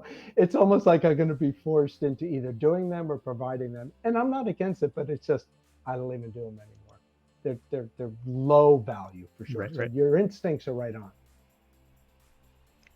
However, I will add a note. You will have to provide references, and there's nothing worse than you not having enough common sense the minute you're giving up references to make sure, hey, is it the right contact information? And does that person give them a heads up? You may or may not hear anything, Yeah. Ian, but you might be getting one. That Yep. is For the sure. golden rule. You have For to sure. do that. You have to tell people, hey, can I give you out as a reference? This person may call from this company. The Yeah. worst thing ever that I've done on a reference call is I call and be like, yeah, I'm calling about Alex. And they're like, who? It's like, oh, never mind. Thanks for your time. Yeah. So first time chat from someone named Take a Snooze. I am having a serious career dilemma. I was offered a huge salary bump, but the culture and benefits suck. I went back to them with a pretty high counter saying, if you can get me to this number, I'll commit. I was going to be miserable at the job. I can already tell, but I've never seen this much money in my life. Another company I was interviewing with has given me an offer and honestly would even take less money to work there. I don't know what to do. I know I was stupid for saying the words I commit. I would say if you've got an offer from another company and you're not happy where you are, that could be reason enough to leave. As a hiring manager or just as an engineering manager, I will tell you it's going to suck for you to just walk in one day and be like, I hate it here, I quit. I would say you generally like from a mutual respect point of view, you always want to try to work that stuff out. Like, hey, I'm not happy here. What could improve? If they offered you kind of a salary bump and you said if you give me that number, then I'll commit to staying, and they gave you that number, you kind of promised them that you would stay. At the same time, there's like you're not in indentured servitude. You don't have to stay at a job. Depending on where you live, you may be in a state that we call at will employment, which means you can leave at any time for any reason with no notice. The same way they can fire you for any reason with no notice. Like it goes both ways. So they can say, hey, Alex, today's your last day. You can walk in and be like, hey, Alex, today's my last day. You don't have to give any notice. You don't have to give any reason. So check if you're in a state that is considered at will employment, you can just leave. Even if they committed to be like, oh, you wanted that much money? Sure, we'll pay you that much money. You could still turn around and be like, JK, I'm out. It is kind of a jerk move to do if you promise them that you would stay, but if you've got another offer, you can always go back to them and be like, you know what, I'm really not happy here. And the reason I was asking for that enormous amount of money was to kind of make up for the fact that I'm miserable at this job. And so I actually interviewed at another company and I'm going to take their offer. So here's my notice, and I would walk away at that point because no amount of money is going to improve culture within a company. Like, yes, it's going to help you like decompress after the job, after your 9 to 5 kind of thing. Like having that little extra cash in the bank is going to let you go take that extra vacation or go buy that extra thing that's going to make you happy, but that's all temporary. At the end of the day, you got to be happy at your job. You got to be happy with who you're working with, and if that's not happening, I would get out. No amount of money is worth sticking around a bad environment like that. Alex, Yeah, any and thoughts on that? yeah, because I deal with it all the time. I lose tens of thousands of dollars every year to someone taking a counter offer, and then statistically they're gone in 6 months anyway. You know what? First question I ask anybody is, why are you talking to me? I'm talking about when I'm talking to somebody that has an interest in a job, and it's like, why are you talking to me? Why are you thinking about leaving your current job? And the last thing I want to hear is just about money, but it's not the best number one motivator. But think about it. You went in, whether you're paid enough or not, they made a counter, it sounds like. At the end of the day, why did they do that?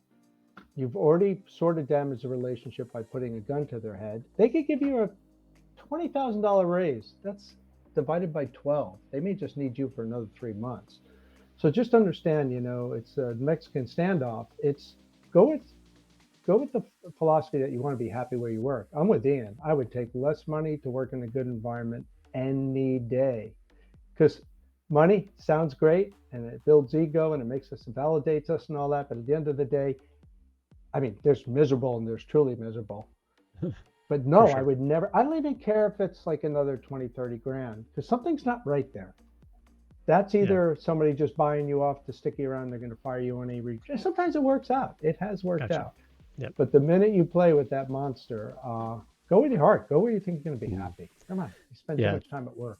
Take a Snooze did follow up and said, I haven't worked there yet. It's just a different offer that I accepted. So basically, they accepted an offer, they signed a non disclosure, they got the employee handbook, but another company is now offering me a job that I'd rather be at. My current job isn't even in the equation. They suck too. Okay, so they've applied for two jobs. They got two offers, and they've signed one job offer, but now they want to take the other one instead. If you haven't even started yet, I would just immediately call the other company and be like, "Sorry, something came up. I'm not going to take the job after all." It sucks for them because they've probably said no to like everyone else they were interviewing, and they're probably going to have to start that over again. But that's their problem. It's not yours. You're not responsible for their hiring process. And if they haven't even gotten around to saying thanks, but we filled the role to everybody else, then they've probably got other candidates that they can either start interviewing right away, or that they can call up and say, hey, something came up and like we do have that position open again. It's on them. It's not something I would even worry about. If you want that other job more, take that other job. It's your career. You're in charge of your career. You're in charge of where you work by accepting that offer. So I would go with that. Any Yeah, thoughts and on that, realize, Alex? yeah, and it's always going to be uncomfortable, but we all know that Right. this too shall pass. The minute you Mm-hmm. pass that and you start a new job, yeah, Yeah. there's some guilt, but just move on. It's amazing how it dissipates. And look, Yeah. I've been on the raw side of that many times as a recruiter. So for recruiters Yeah. involved, apologize. For sure. Wapapao asked another question in chat. I have a glowing letter of recommendation from a CTO from 7 years ago. Is that valuable even with that age? Should I send that in with a resume instead of a cover letter? And I basically replied in chats like, no one's going to care about that letter, That's right. unless the CTO is like famous or is really well known, like they're golf buddies with like the current CEO or something like that. No one's going to care about that letter at all, if that company even cares about references. But I wouldn't Yeah. send it in. No one's gonna look at it. Yeah. No, that is true. I mean, this is like a baby boomer thing for us. It's like these things Mhm. all used to matter, Right. but you're Yeah. right. As a matter of fact, it's not that I'm not saying this about you, but it's not needy, but it's like, no, you don't need to prove yourself. You can do this. A letter of recommendation, really, really, really low rate of value, Mhm. unfortunately. And plus, people Yep. know you write them and the guy signs them. I mean, I have testimonials on my website. They still kind of work for a B2B thing, but at the end Mhm. of the day, I don't know if anybody reads them. Yeah. I had testimonials on my own site of like, you should use Ian as a career coach. And it's like, do people even read those, or do they even I believe we them? don't know. It's Just in like case they do. Ian just grabbed a headshot off of somewhere and like put someone's name and wrote his own review or something.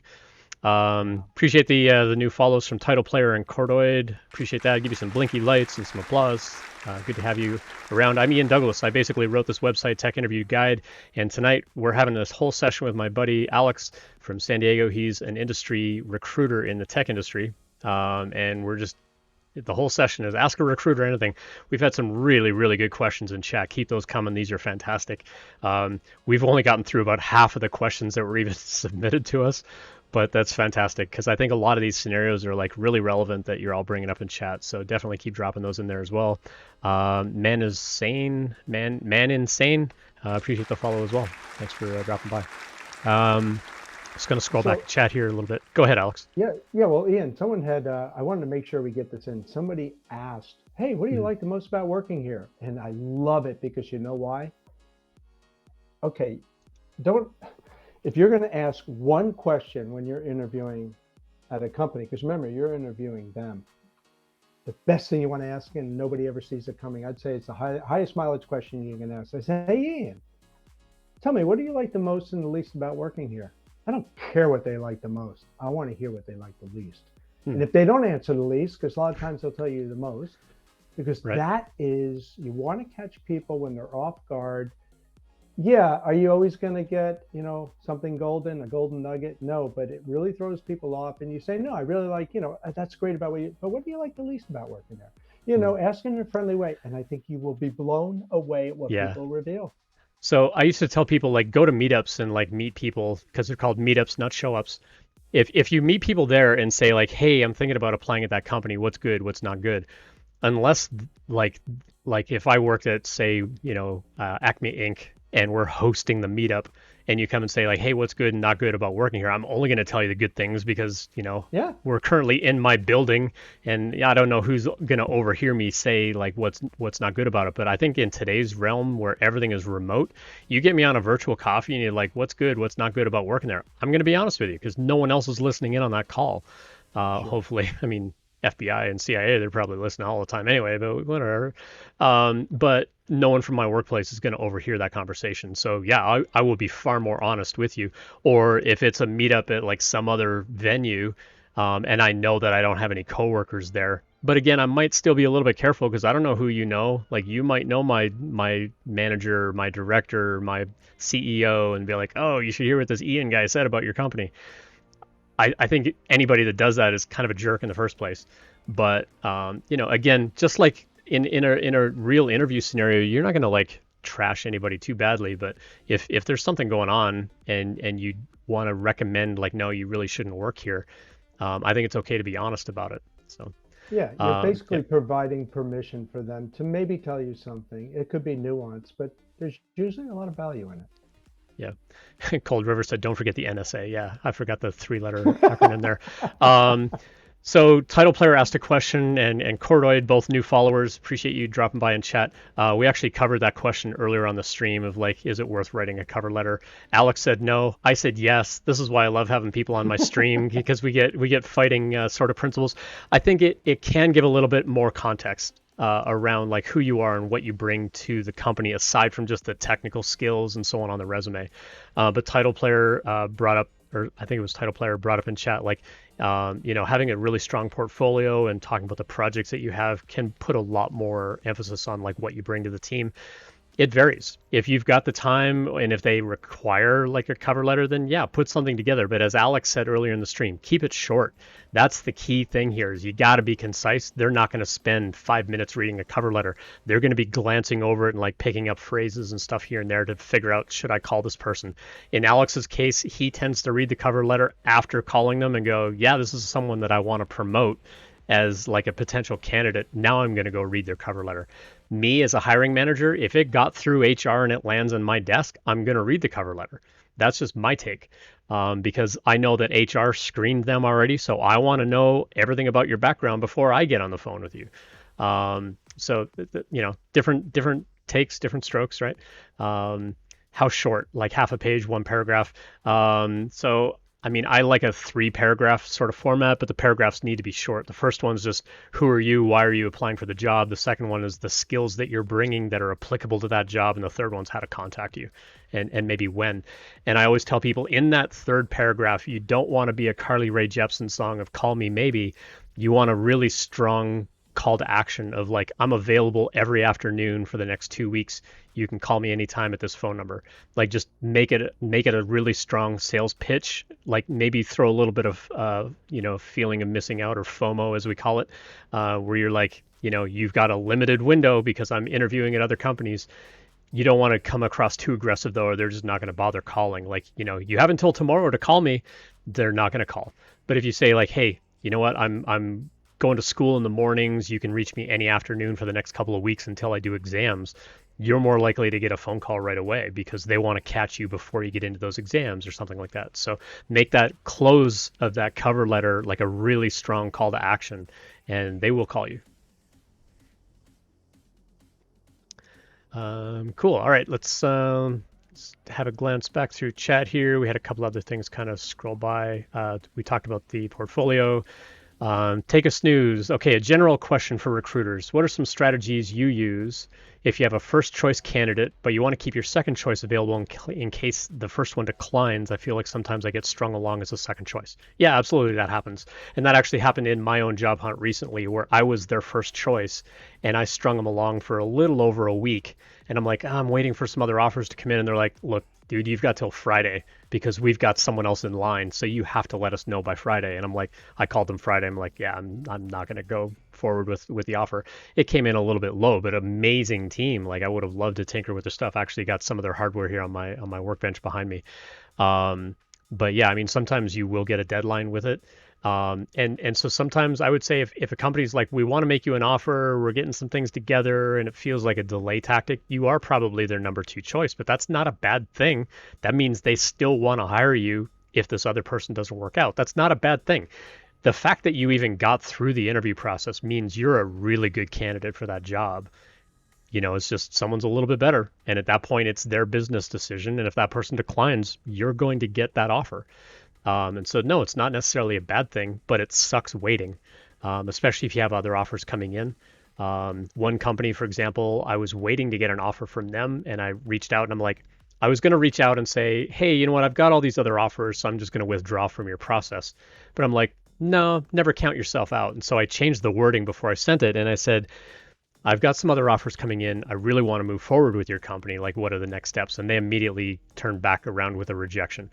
And said, we're not going to move forward.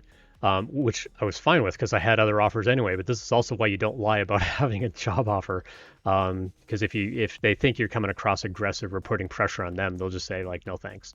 But in that particular scenario, they realized they actually followed up later and they're like, oh, we actually were trying to hire, like we realized while we were interviewing you that we need to kind of rebuild that whole job requisition in the first place. And so we didn't want to bring you on for a role that was kind of in flux and was going to change anyway.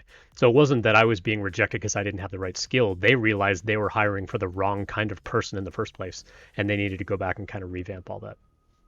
That's why there's no silver bullets to any of these things, because I've been on both sides. Now I'm a New Yorker, direct. I'd be like, hey, listen, you got a really strong guy. You're like our third choice, or he's ahead of you. But the thing is, you can ask, hey, just curious, how many people are in the queue ahead of me? Don't be afraid, especially in today's landscape. That you can control. But Yep. if I want to dodge you, you can't really do much about that. So Yep. you sort of get back what you put. You get back what you put in, right? Yeah, for sure, for sure. I'm Sarah Rudy. I feel like I missed one of your questions. Were you asking about questions to ask at an interview? I didn't get a chance to kind of catch that going through, but if that's the case, drop that question in chat for me again, and we'll address that. We got a couple other things here. It seems like recruiters see the same patterns and templates over and over again all day long, and the trick is setting yourself apart without obvious like gamemanship or lying. Yeah, I mean, I've seen resumes that are like clearly lying. I've done interviews where the person was like clearly lying on their resume. In one scenario, I gave someone a take-home assignment. They had a friend write the take-home assignment and they submitted it. And so when I brought them on site, I'm like, cool, we're going to keep working on that assignment. And they're like, oh no. Like they had no idea what was going on. They had never seen the code before. Like they didn't even look through the code themselves. And I'm like, I found a bug and I want you to add a feature and you get to pick which one you do first. And part of that was my check of like, are they going to go in and fix things? Or are they only going to add shiny new things? And they're like, I don't even know where to start with this. I'm like, did you write the code? And they're like, no, my friend did. And I'm like, all right, interview's over. It's just, I've done this for so long, I could write a book. So Right. many amazing, weird experiences. People are For sure. fascinating. Mm-hmm. Yep. Oh, so questions to ask. I was just thinking, look, you talk about cringe or pet peeve.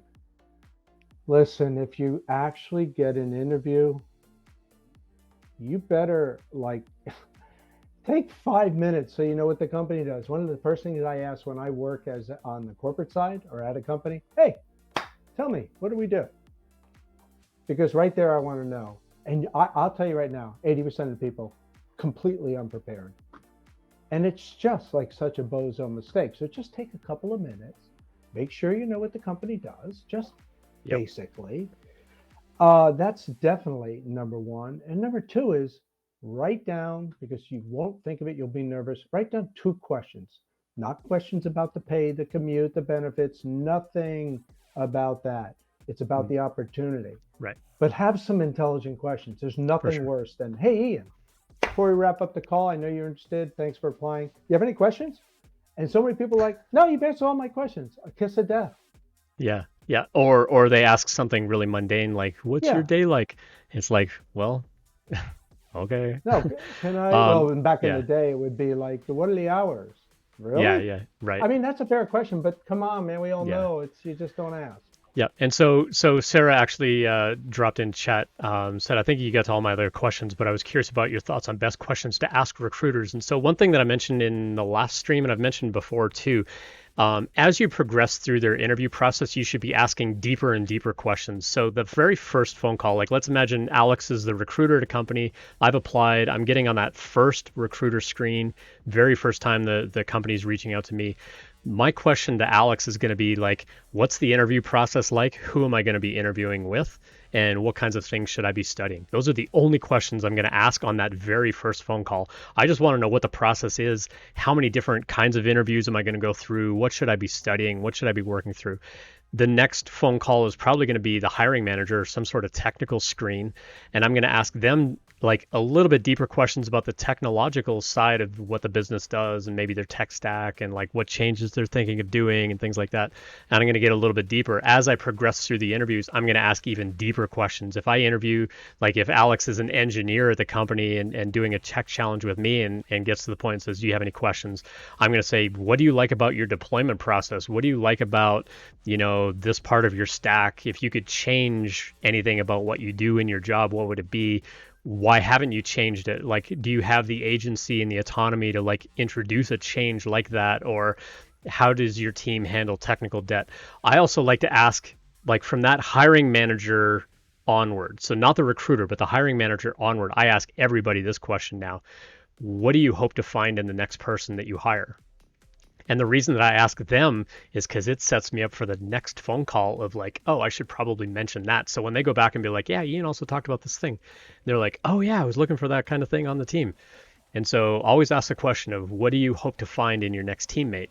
And then see if there's a way that you can like, either quickly build something or like bring up something else about your experience later on, or even just in the follow-up thank you note to that person to say, hey, thanks, I appreciated the phone call. You mentioned such and such, and I just wanted to bring up this in my background in case you didn't see it on my resume or didn't see it on my LinkedIn, because that kind of thing can really stand out, especially the fact that you're even sending a thank you note, which I know feels a little overkill, but I think it really does stand out for that kind of stuff. Yeah, it would have been one of my suggestions. Also, remember, I'm assuming most of you are talking about recruiters who are at a company versus agency. An agency recruiter, you can really shoot the breeze and ask them whatever you want, right? It's like they're your talent agent. But when you're talking to the customer, of course, be prepared. 10 minutes. But I got to tell you, my biggest pet peeve is I am shocked at how many people they may not even know the company name. They are that unprepared, and it just fascinates me. And what I'm looking for is somebody who's got their act together, someone who asks, good questions, somebody with some energy, somebody with some smarts. And that can be 1,000 different little nuanced things. But at the end of the day, it's like, hey, I'm basically sizing you up as a future asset. Yeah, for sure. I'm Sarah Rudy asked, what are some of the best questions you've heard? Some of the questions that really stood out to me as a hiring manager or just as part of an interview team, the one that really stood out to me, which is something I have since taken to heart that I take into every interview. Someone actually looked up my job history and they're like, hey, I was looking over your LinkedIn because HR shared who they were going to be interviewing with. So that should also be a question you ask recruiters as you go through the process of like, hey, you scheduled that interview. Can you tell me who I'm going to be interviewing with? This person went through my LinkedIn and they asked me about my job history, and they're like, yeah, I noticed that these last couple of jobs you were only staying like a year and a half, but you've been at SendGrid now for like 3 years. What keeps you here? And I'm like, that's an amazing question to ask because it shows that you see something about the fact that I've been here a long time versus previous jobs. Like, what's keeping me there? And I'm like, it's the people. The job's not terribly grandiose. It's like we're sending email here. That's not something fantastic, but the problems that we're trying to solve and doing it at scale, but the people that I'm doing that with are what keeps me here. And so a lot of that stuff really matters. So, but because I've audio recorded my interviews that I got, I actually counted. I had like somewhere around 100 phone calls over almost 30 companies over the last 2 months to get the job offer that I took. Not all with the same company. They were 30 different companies. But I actually want to go back because I like to come up with questions where the first thing out of their mouth is like, whoa, that's a good question. Because I come up with like really interesting things to ask them, either about their background or how some aspect of their background plays into it. I found out, for example, like one person, they live in an area of Ottawa that I used to live in when I was in Canada. And I'm like, hey, just out of curiosity, like what part of Ottawa are you in? They're like, oh, I live on the West End. I'm like, oh, what part? I lived in Nepean and Canada. And they're like, I live in Canada. And I'm like, oh, I used to live near this intersection. They're like, I live in the next neighborhood over. And I'm like, what? Like, and turns out I lived in that neighborhood while they also have lived in that neighborhood. It's like we probably crossed each other's paths at the grocery store. It's like, talk about a weird, like, small world connection to make. And it kind of livened things up for the conversation of like, wow, small world, that like literally we were neighbors. So like I love just coming up with questions. I've got a whole panel, or I had a panel last summer, I want to say like July, August. No, it would have been August, September, some time frame. You can go back and look at techinterview.guide/streaming. I've got a schedule of when I had guests on there. And we did a whole panel of like, how do you come up with questions? What are some memorable questions? And every time I get an engineering manager or someone on here, I usually ask them like, hey, what are some questions that you've been asked that really stood out to you?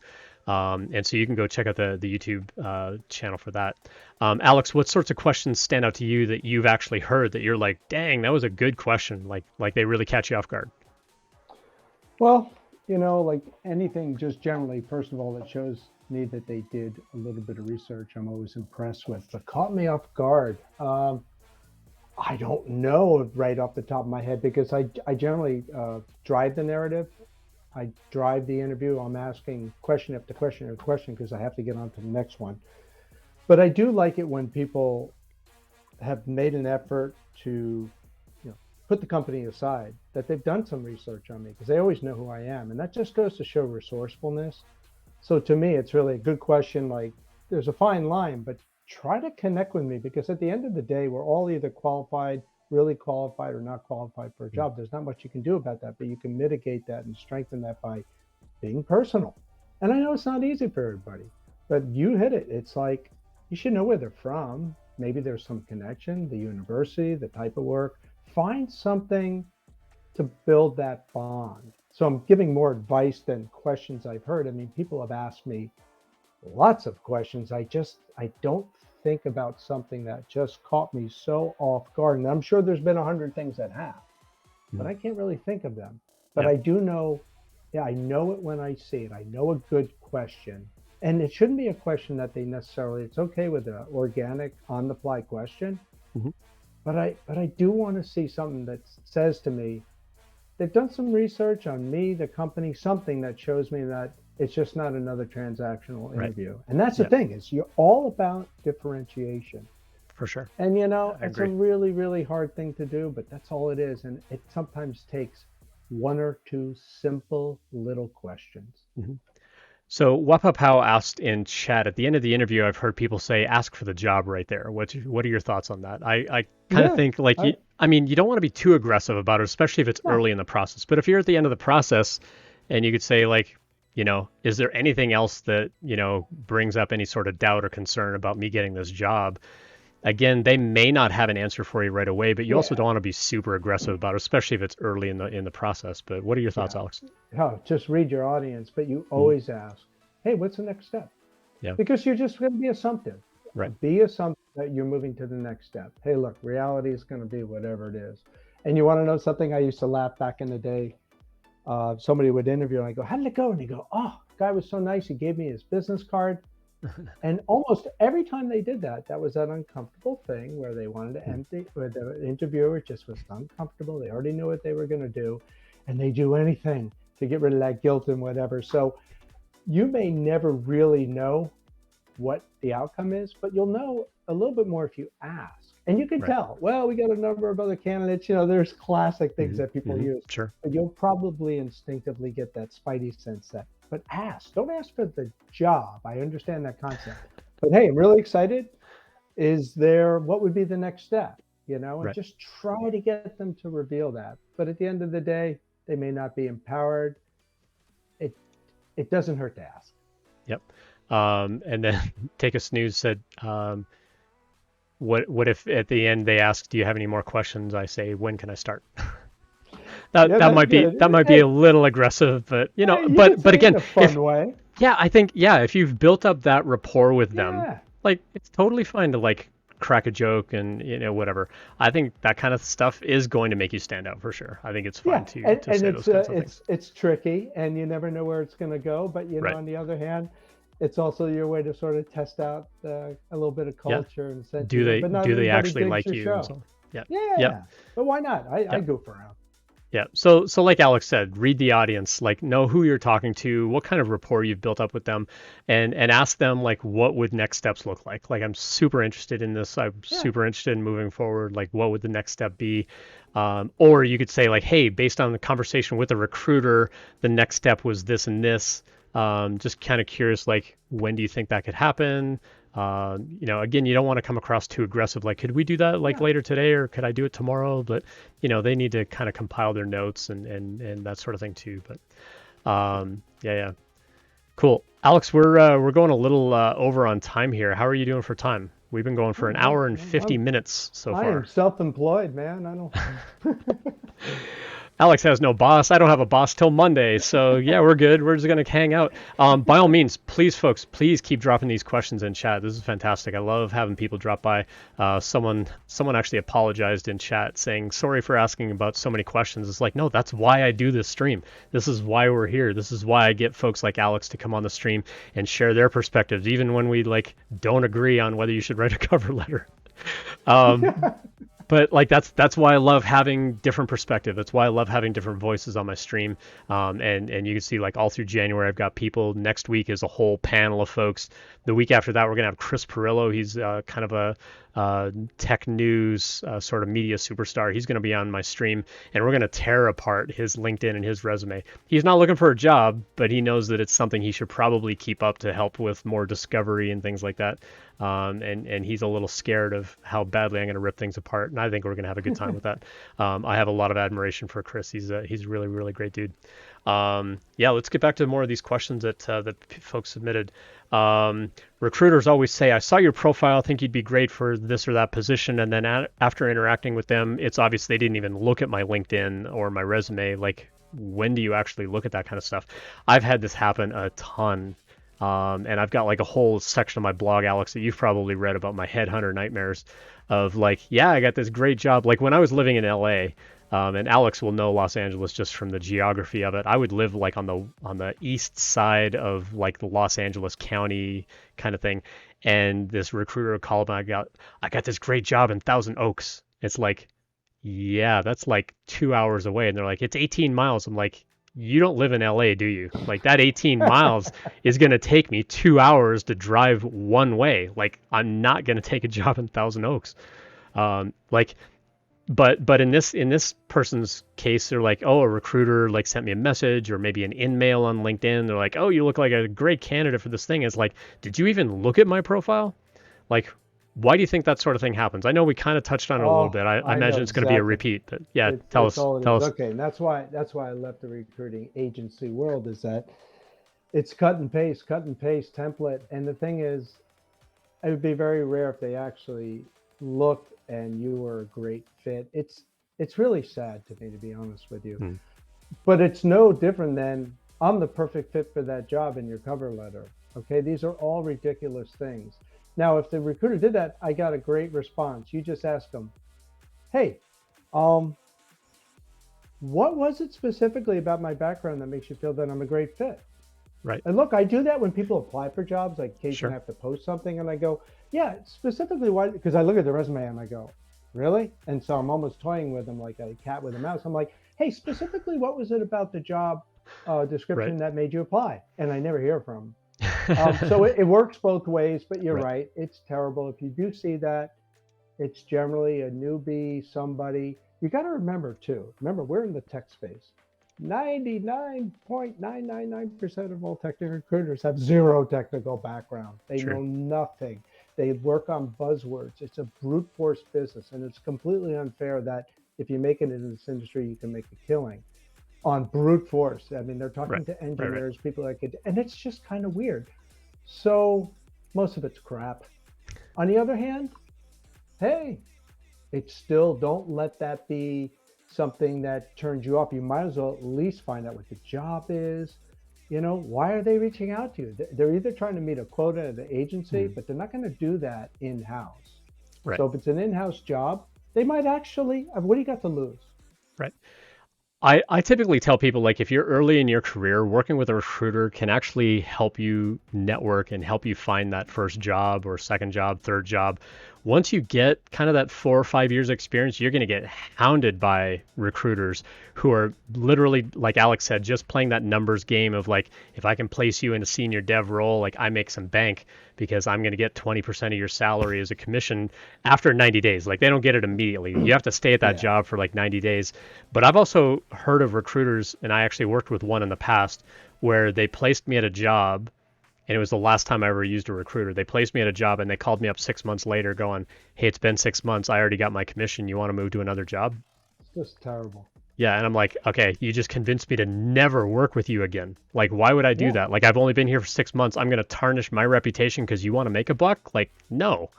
It's like, I don't care if I'm going to get a 10% raise by changing that job. Like, I'm going to wreck my reputation by job hopping. Like, that's not something I want to do. Some recruiters are literally in it just to like process you around and move you from job to job and whatever. And Yeah. that's why I think recruiters sometimes get a really bad rap, because you have people like that kind of tainting what is meant to be a helpful kind of position of let me help you get a job.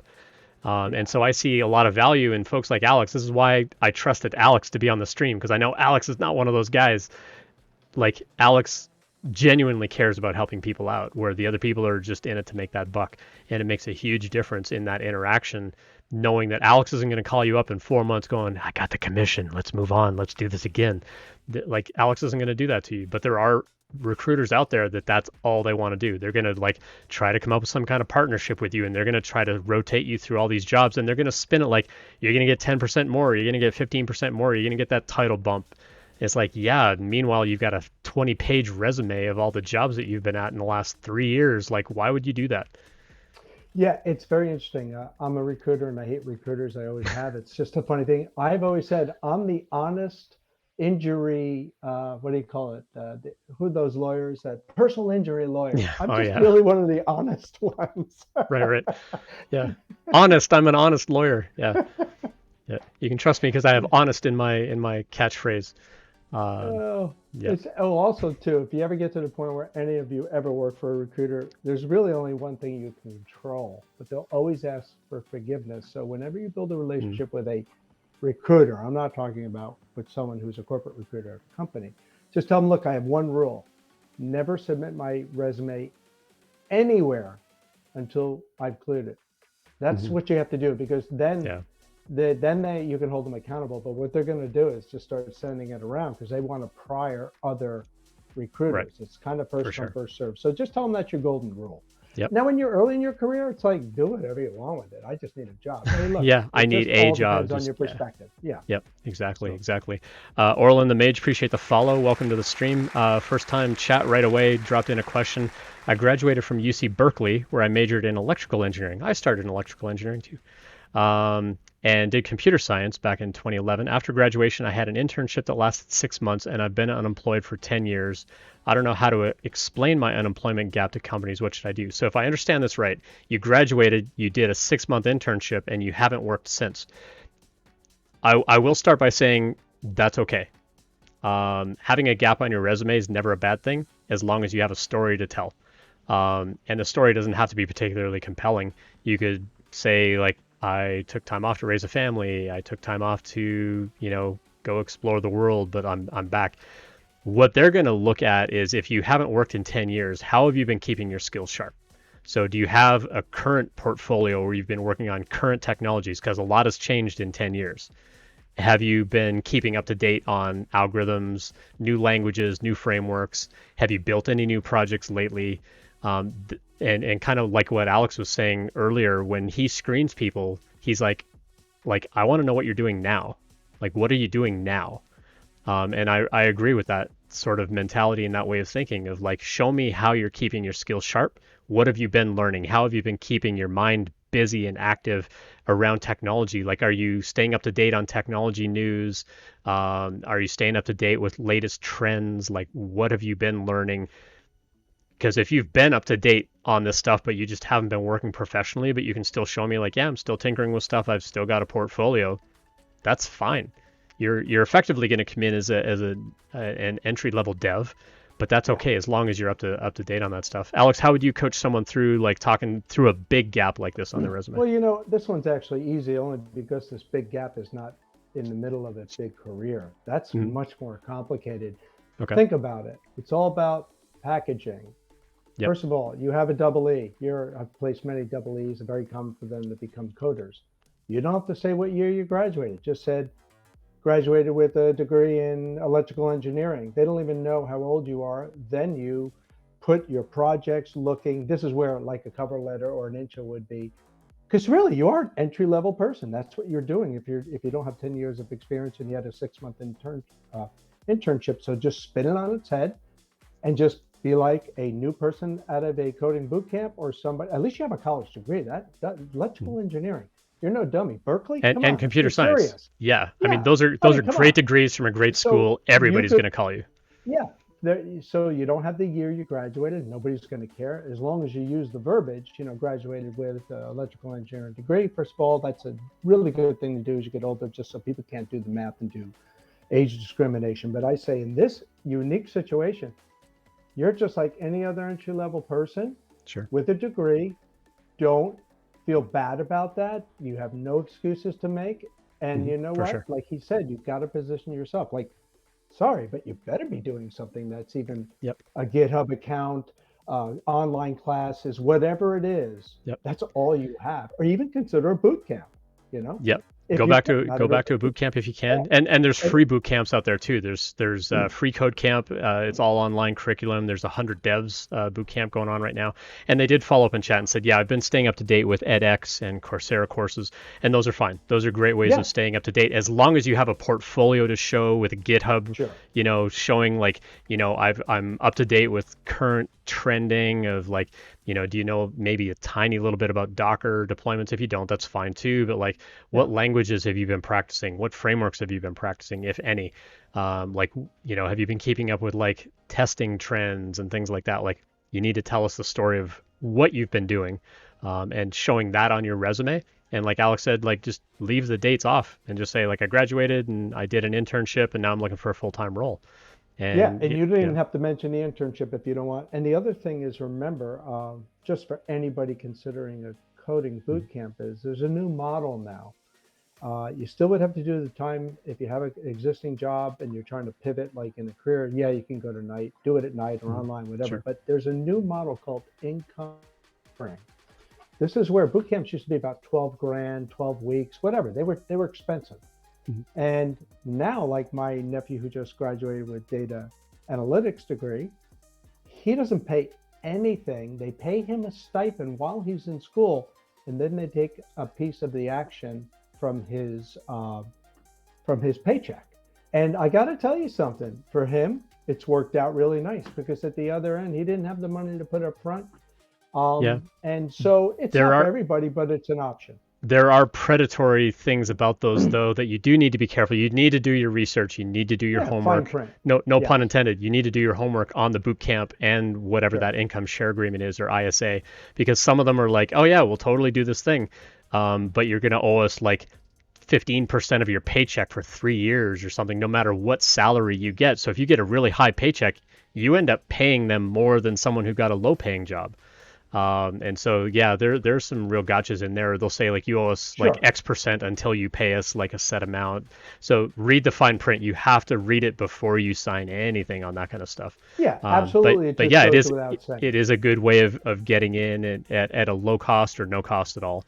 Definitely something that you could take a look at there. Now, they also followed up in chat and said, I had really bad anxiety and depression. I'm 37 now and afraid of ageism. So first of all, don't ever mention medical kinds of reasons for taking that time True. off. Someone else also mentioned, like, if you had a gap for medical reasons, do you mention that? And I say, no, never mention that kind of stuff. You just don't want to bring that up at all because they can bias against you. Ageism, absolutely a thing.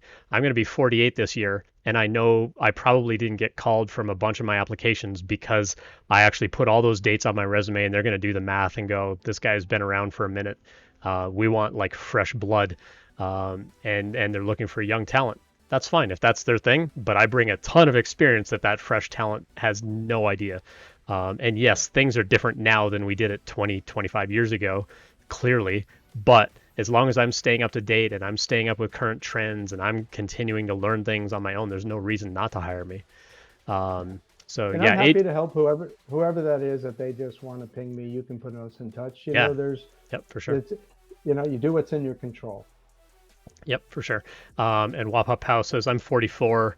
I went in once for an interview. It was with the owner of the company. My hair was gray. I've since colored it on the regular now. I've never colored my hair. I mean, I did when I was a teacher because I would do goofy things with my students, be like, if everybody passes this thing, I'm going to like dye my beard purple and whatever. And I did like a couple of times where I'd dye my hair like bright orange for April Fool's Day or something. It's something fun to do. But I've never colored my hair and I don't give a rip. I mean, I'm at a point now, I've been in the industry long enough. It's like, if you don't want to hire me, somebody else will, and that's fine. If it's your first job though, like I've having taught at a boot camp for it was a 7-month program, but teaching there for 4 years, we had people coming through in their 40s and 50s. I had Sure. one guy come in who was in his 60s, and he's like, no one's going to hire me. I'm like, you'd be surprised. People will hire you because you're bringing a lot of other experience with you about actually interacting with the world and other jobs that you've had and other background that you have. Like, all of that matters. It's all how you tell that story as you're applying for the job, and why that job is like the perfect alignment of where you're at in life and where you want to take your career. That's what you need to sell them on. And that's how you get through that interview. Someone also mentioned in chat earlier, it's like, I never have a problem getting through the recruiter interview. It's always the hiring manager that I have a problem getting Sure. through. It's like, yeah, that's a totally different thing. And that's why I kind of want to build up like that, sort of flow chart of like, if you get through here and you don't make it past this, these are some things to check and whatever. Like maybe you need a mock interview to talk about like your technical background to kind of get some other perspective, because a lot of companies aren't going to give you that feedback too. So. Yeah, and the other thing is, remember what you can control. You can't control really. I mean, I guess you can sort of control what you look like. At the end of the day, unless the culture is like a bunch of millennials, and clearly they want to hire other millennials, but that's not Right. really the case in most companies. If you're Right. of value, I don't think people really care, especially in the coding industry, if we're talking Right. specifically about that. So don't project it. It will happen. Look, Sure. I'll be 60 in 2 months, and whatever. Congrats. Now, granted, you and I, Ian, Yep. we don't give a shit at this point. But Right. the point being is, don't project that, and there'll always be. It's a numbers game for you too. There'll always be somebody that you connect with. It's just persistence, man. And as a follow-up, Wapa Pao said he went into the interview. It was with the owner of the company, and my hair was gray. And he said, "Aren't you a little old to be doing this? If you didn't get that job, that's a discrimination lawsuit right there. Absolutely. Absolutely. If you didn't get that job because of that, like, get a lawyer after them, because that's discrimination right there. Open, blatant discrimination right there." Yeah, and we're back to the thing where, thank you for exposing your true feathers. I would never want to work here. And I would never work there anyway. Yeah, exactly. If they're like that if they treat you badly during an interview, what are they going to treat you like as an employee? Like, they're trying to win you over and convince you to work there, and if they're treating you poorly, what are they going to treat like their actual employees like? Yeah, and remember, I'm not saying these are easy, especially when you're trying to land a job, so I can be coy about it. But at the end of the day, that's a gift. Please expose who you are, because culture is the one thing you never know until you work there. And I'd rather know up front. Right. RC Maniac dropped a comment when we were talking a little bit earlier about, like, do recruiters even look at my profile before they reach out because you look perfect? Said a recruiter reached out, said I looked perfect for a couple of companies. I said, sure, let's talk. We scheduled a time. 1 hour before the chat, they said, oh, I have to cancel. I don't have any jobs looking for back-end positions. So I proceeded to reach out to 2 of the 3 companies they mentioned. One of them actually responded, and I went through their interview process. It could be that the company didn't want to use an agency recruiter because they don't want to have to pay them the 20% and pay your salary. So there are companies out there to be like, yeah, sure, tell them our name. And if you go... Now, some recruiters will set up an agreement with a company that if you try to skirt that process to go get a job directly, like, that company still has to pay because you introduced them. But I would say that might be a little tricky to prove and so on as well. But yeah, I don't know. If I think I've also known of recruiters that are like, they don't even set up that agreement between them and the company. They just pitch the company of like, hey, if I've got a candidate for that job. Like, I've received those emails as a hiring manager. It's like, I'm a recruiter. We don't have an agreement, but I've got a really great candidate that would be a great fit for that open job. It's like, well, have them apply directly then, because I'm not going to pay you 20% and pay their salary. Like, we're a small startup. We haven't got that kind of money. So no. And so, Ian, it's the oldest trick in the book. I've seen it all, and that's why I ran from the agencies. You know, at the end of the day, Ian raises a great point. You have to realize that sometimes a recruiter is an asset, and we're talking about outside, not inside. And sometimes they're not, because all of a sudden you've raised the bar. If I'm going to make $100,000, they're going to pay $20,000 to hire me, regardless of the guarantee. I'm more expensive than the person who applied directly to the company. Now there's no fee. Now, a smart company is going to hire the right person, and paying a fee is just cost doing business. Right. But that doesn't always work that way. So yeah. Got some really great questions coming through in chat here as well. Take Us News made a really, really great comment here. Said, I think there's a stigma around software engineers being introverts, and that's a complete opposite. Maybe. But their point which I think is really great, is you need to be outspoken. You need to project that energy, excitement, and willingness to learn. You have to project some amount of confidence as well that you can do the job. You've got the skill. You can do the job. You're exactly what they need, and really explain. Like, don't talk about what you don't bring and say, well, I don't really have this skill or that skill, but I'm excited to learn. You can just say, this is what I'm learning. This is what I bring to the team, and let them make the decision. Never level yourself and never project the negative things that you don't bring to the team. Talk about what you do bring to the team and how that's going to help them or help their team get better in some way. That's what's going to stand out and win them over for sure. And then RC Maniac says, I've never volunteered why I was looking for a job, but if they ask, I would tell them my last company closed the office and laid everybody off. It's like, yeah. I mean, if you lose your job for that reason, they can't hold that against you as like, well, you shouldn't have left that job. It's like, well, I had to. Like, they laid everybody off. But if you, like, in my scenario, I actually quit my job back in December. I left on my own accord. I had nothing else lined up. I was going through some interviews. I was hoping one of them was going to pan out. None of them did. And that's a risk that I took. And so guess what? I got to enjoy the holidays with my family being fun employed, and it was fine. It was probably the most relaxing holiday I've had in a really long time because I had the financial cushion. I had that amount of privilege that I could take the time off and not stress and just enjoy the holidays. It was great. Not everybody has that kind of position. So I always tell people, like, try not to quit a job and then go look for a job because they can really backfire on you. And if you end up with a big gap, now you've got to explain that gap. For me, it was just like, yeah, that job wasn't effective. If they asked why I left that job, they'd be like, oh, I see you worked at this company. And be like, yeah, I wasn't effective in the role. The role needed to be positioned in a different office in Amsterdam instead of where I was in Colorado. And it just wasn't going to work out with time zones because of what the responsibilities of that role was going to entail with training engineers that they're hiring in Europe and Asia. I couldn't do that from Colorado. And they're like, yeah, you're right. Okay, cool. As long as you've got a good story to tell about it, it's fine. So whether there's a gap in your resume for medical reason, don't mention the medical reason. Just say I was taking some time off, or you know what, I wanted. COVID happened. Like, yeah, everybody got laid off and like closed their doors, and hiring got frozen, and it was hard to find jobs. It's like, that's fine. Everybody's gonna get that. Not a big deal. And you could just say, you know what, COVID hit, lost my job, or COVID hit just as I was graduating, and I took some time off. And now I'm on the job hunt. This is why this job is a great opportunity. And don't even dwell on that gap anymore. And I heard it explained in someone else's podcast where they're like, whether you get asked why you left a job or why you have a gap, like, explain it kind of like a dating kind of scenario. Like, if I'm on a date with someone and they say like, oh, what was your ex like? It's like, well, I'm not going to like badmouth my ex and trash my ex to some person I'm trying to impress. I want to tell them like, it just didn't work out. What I'm really excited about, like, your background and like how we fit and blah. And you're going to start talking about all the good reasons why you're now interested in this person. You need to do the same thing in a job interview of like, yeah, that job just didn't work out, but this is why I'm interested in this job. This is what I bring to this job. This is why I'm going to be a great asset here. And just change that conversation and like look forward instead of looking back. Yeah, great advice. Cool. Keep dropping questions in. Every time we start answering one of these questions, we get like a ton of stuff coming in the chat. I'm Sarah Rudy asked, do recruiters have access to jobs that we can't find online as job seekers? That's a great question. Thanks for asking. Sure. As a matter of fact, I don't even post any of mine, haven't for years. And my question is, why do you ask? Because obviously they do, but if a recruiter is reaching out to you, it's for one of two reasons.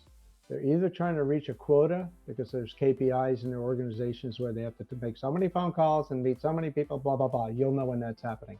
Or they would not waste time if there wasn't something compelling. So it's somewhere in between or one or the other. Your job is to say and quickly unpeel that and find out, like I said, yeah, what was it about my background that cut through the bullshit is the key, right? Yep. But there's always going to be jobs, and that's why you also want to talk to people you may know that work at a company. Like if it's SendGrid, hey Ian, look, are there any jobs that maybe aren't posted, or could they use a person? It never hurts to ask. Yeah. But for what it's worth, unless it's an executive leadership role, most jobs, I'm sure the majority are posted somewhere. They just are. But you never know what you're going to find. You got to ask. Right. Got a couple of questions that are going to be a little tricky to kind of reword. Um, Take a Snooze asked if you're laid off for something like productivity, do you think it's better to just say you still work there for like the first month instead of disclosing it, and so you can avoid them calling? Obviously, after like a month, it shows up as a gap. I wouldn't worry about it. I would just say I left the job. Like you're in Yeah, control I of that agree. story, and they are not Yep. going to call that company. And if they No, they're ask for not. references, don't give them a reference from that company. It's just not going to come up. And Yeah, you can just perfect say, advice. yeah, you can just say I left the job. I wanted to pursue a position here, and so I've been spending the last number of weeks or months preparing to go through the interview process here, and this is something that I've been really excited about. So if you Yep. got laid off, that's fine. You can just say Yeah. I decided to leave that job. It really wasn't what I wanted to do, and I wanted to have time to better prepare for interviews like this. And that looks great to them because it's like finding a job is a full-time job. I can attest to that myself. I just went through it, over the last 2 months. Having that time off made it a lot easier to juggle interviews and prep and do code challenges and take-home assignments and presentations and all the stuff that I had to go through. And so just tell them I left that job so that I could just put full-time effort into preparing to be the best candidate possible for these interviews. And don't even mention that you got laid off or why. You could just say you left the job. They're never going to call to verify it. I promise they won't call. If Yeah. they know somebody there and they're like, why did Take a Snooze leave that job? Then, there's not much that you can do about that. But if you can just say like, yeah, that job just didn't work out, and I wanted to have full-time dedication to the job interview. Um, Wapa Pao asked a really interesting question. Said, I've been told by others that I work with, like VPs and so on, that I have a great personality compared to most devs, that I was very helpful, very even keeled, very personable. I think that that has value, but I don't know how to talk about that during an interview. Do you think that kind of thing is helpful to bring up, Alex? Well, you know what? You either are or you aren't. It's going to come through. I can tell, Ian, you're left and right brained. I've Yeah. dealt with so many introverted technical people. Someone said it before. Yeah, a lot of them are introverted, but Mm, at the end of the day, how do you even bring that up? You will just simply demonstrate it. right. You're either a good communicator or you're not, so don't overthink it. Yep, for sure. Every time I do one of those personality tests where they're like, they show you the diagram of the brain and it's Yeah. left to right, I'm always dead center. And the ones that do front and back brain, I'm always dead center. I'm like right in the middle every single time. Depending on my mood, I might swing. I think front and back was like introvert, extrovert, and I'm always right in the middle. Depending on my mood, I might be a little more outgoing. It's like I'm generally pretty introverted. It's easy in a camera like this because I don't see the audience, but I've done public speaking long enough that I can get in front of an audience and it's no big deal either. But generally, I'm pretty introverted. Like I recharge best by being alone, even with my family here. I still like being down here in my basement just to have my own time. It's just who I am. Yeah. And So don't get me wrong. There's nothing wrong with saying yeah, something simple as, "Hey, right. listen, I think what's kind of unique about me is I'm pretty much I'm an introvert, extrovert. I get along with all types of people." Yeah, Hmm. that's fine to say. Yeah. But trust me, I don't have to ask Ian. Oh, are you left and right brain? I just know it. You know it when you see it. So Yeah. don't overthink it. And I think so kind of going to Wapapao's question of like do I bring this kind of thing up at an interview? It's like, well, you can say like, tell me about yourself. Yeah, That's generally where you'd want to bring this that's kind an of stuff in and just opportunity. say, I've Yeah, had a lot of success on teams where I kind of help facilitate communication. I help yeah, facilitate like transferring of knowledge. Like you're that facilitator, you're that liaison between groups within teams, even within the team itself. You're that glue that's holding that team together. You can kind of talk about some of that as kind of the introduction of like, tell me about yourself. You can kind of bring those things up there. yep. I think my headphones just died on me, Alex. So give me a sec to change headphones. Oh no, that one still works. You just went quiet on me. That was all. All right, there we go. Um, cool. Let's take a look through chat here. Dev Crushed, good to see you in chat. I go to a university that has some name recognition, but not for computer science. Does something like that matter to you as hiring managers and recruiters? I would say having any CS degree from any school is going to be better than no CS degree. It will I agree. generally be more highly favored than a boot camp. It's just the nature of our industry right now. Um, do you need a CS degree for most of the jobs out there? Absolutely not. No. But Yeah. it doesn't mean you have to quit and like go to a boot camp or just quit and go get a job, because hiring managers and recruiters like me and Alex, we want to see that you started something and finished it. I don't care what it was. If you start Yep. something and finish it, that's what matters to me. And so whether that's a 2-year college, 3-year college, 2-year AA, 4-year bachelor's, or like a 12-month boot camp, I don't care. You started something, you finished it. What's the story of why you want to work here? That's really what I'm looking for. I'm like, even coming out of a computer science program, and I often answer this for a lot of folks is like, how do you differentiate boot camp and CS degrees? Like, or I came out of a boot camp. How do I even compete with a CS degree? It's like they are qualified for a completely different kind of job than you are. When you come out of a boot camp, you probably know a lot more about Git. You know a lot more about project management. You can build full applications where, they generally haven't. They might have done 1 or 2 projects. They may have had an internship, maybe, or maybe several, but it depends on their sort of, how gung-ho they are about, getting internships and things like that. But as a boot camp grad, you're positioned for a very different kind of job.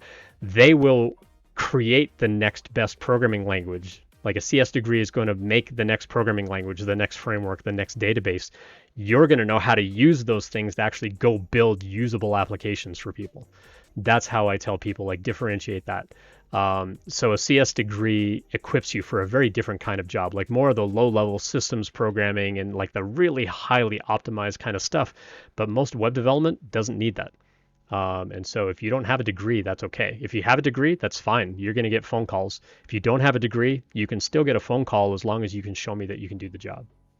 Yep. Some doors will open, but I think you make a good point. It's just don't let it be an albatross. Yeah, for sure. Epicat, good to see you in chat. How do you feel about totally irrelevant degrees? I mean, I've hired people that are like philosophy majors. It's like, if you've gone through and learned some amount of coding and you can demonstrate to me during the interview process that you can do the job, I'm going to make you the job offer.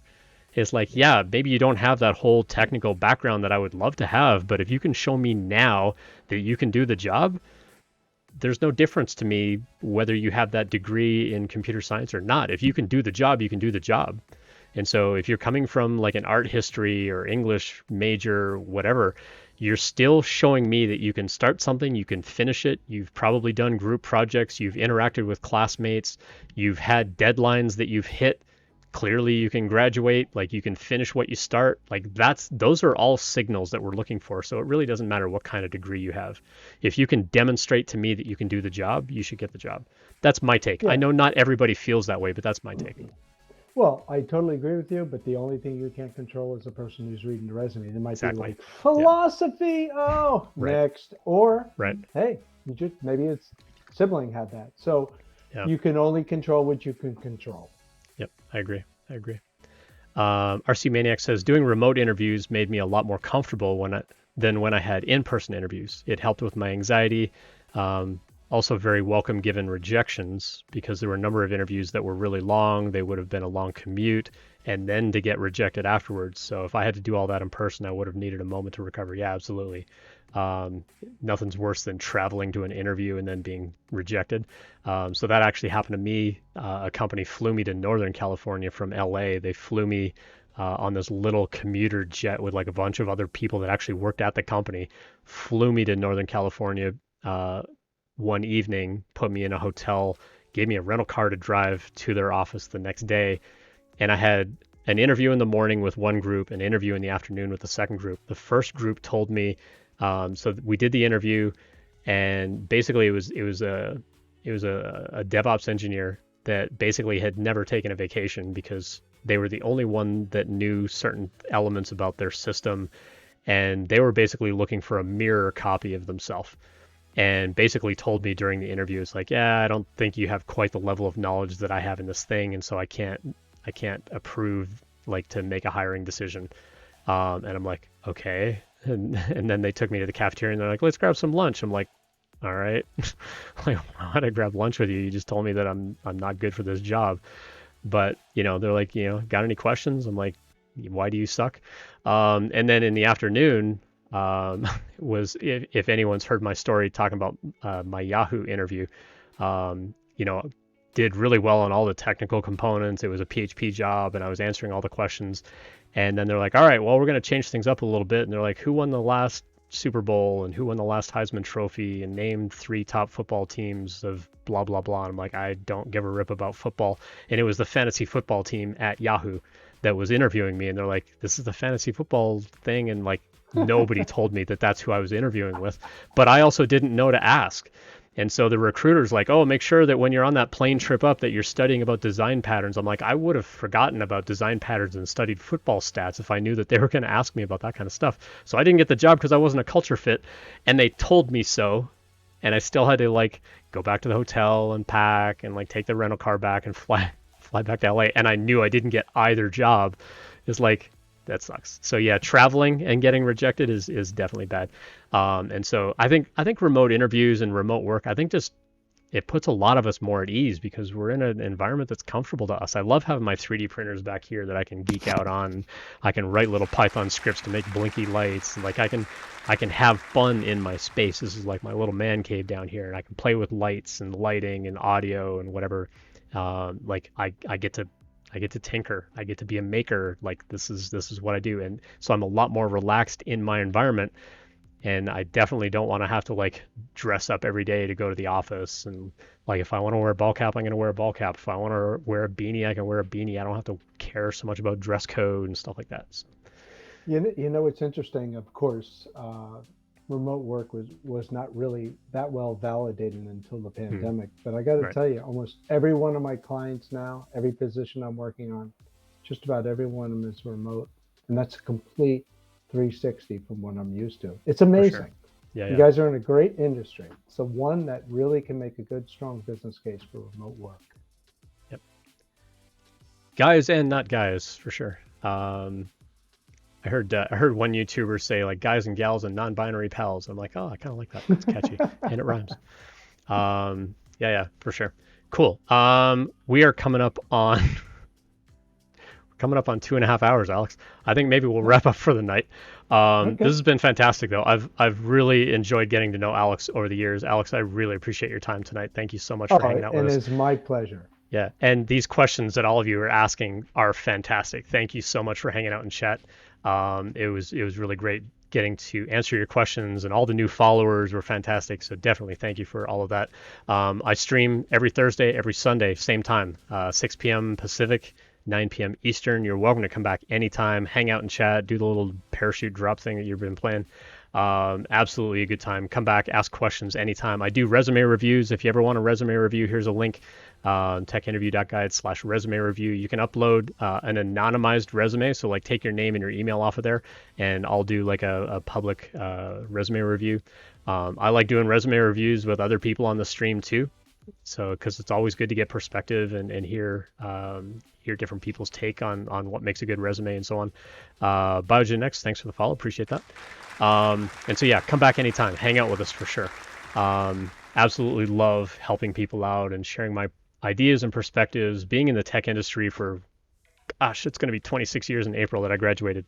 I've been doing this a hot minute. I've been a hiring manager. I've been a director of engineering. I've done all those kinds of roles. I start a new job Monday, so Sunday night will be like a really great stream. And then Thursday next week, we're going to have a panel of folks where we're just going to riff on like, why don't we hire more entry-level devs?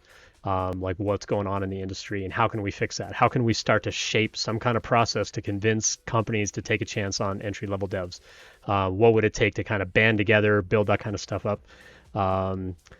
Appreciate the follows. Stay Peaceful 89, Callow Creation, thanks for dropping by. The Buns, thanks for the follows. Appreciate all those last minute follows. So yeah, come back and hang out with us. Ask us lots and lots of questions for that. That'll be next Thursday, but I do stream on Sundays. So Sundays tends to be just more general question and answer. You can always go to techinterview.guide. You'll see a place on there to submit questions for me. All my contact info's there. You want to hit me up on Twitter, LinkedIn, here on Twitch, Instagram. I'm Ian Douglas 736 on all those platforms. You can reach out to me anytime. DM me questions if you want to be anonymous. I'm totally cool with that because not everybody wants to ask something publicly. I totally get that. If you're watching on LinkedIn, you can drop comments in there, and Alex on LinkedIn. Appreciate those questions coming in as well. If you're ever watching on Facebook, you're welcome to drop questions in there. I stream on Facebook, LinkedIn, and Twitch all at the same time. Nobody ever comments on Facebook, so that's fine. I'm still kind of building up that audience over there. But yeah, absolutely drop by anytime, ask questions. You can always whisper me like questions or, hey, the music's too loud, things like that. So you can absolutely ask anonymous things. I want all of you to be as comfortable as possible for asking these questions, because without the answers, you're gonna have a tougher time getting through interview prep and career prep, and that's why I'm here. So Alex, again, appreciate your time. Thanks so much. Check out Alex. His contact info has been kind of going in the chat. I will drop that in the YouTube description later on, as well as LinkedIn and Facebook on those platforms. I'll make sure those links are dropped in there. And then go check out Alex's website. It's tech-talent.com. And you can go find Alex on there, and he's just alex@techtalent.com. And you can email him, but contact him and connect with him on LinkedIn as well. He loves helping people out, and he's got some really good leads on jobs and stuff like that, and he'd love to help you out. Cool. Alex, any last thoughts you want to share before we call it a night? No, I think the fact that you are investing evening time in such a forum like this says it all. These are the people who are going to get ahead. Keep it up. It is sort of a brute force game, and do not give up. Just do not for sure. give up.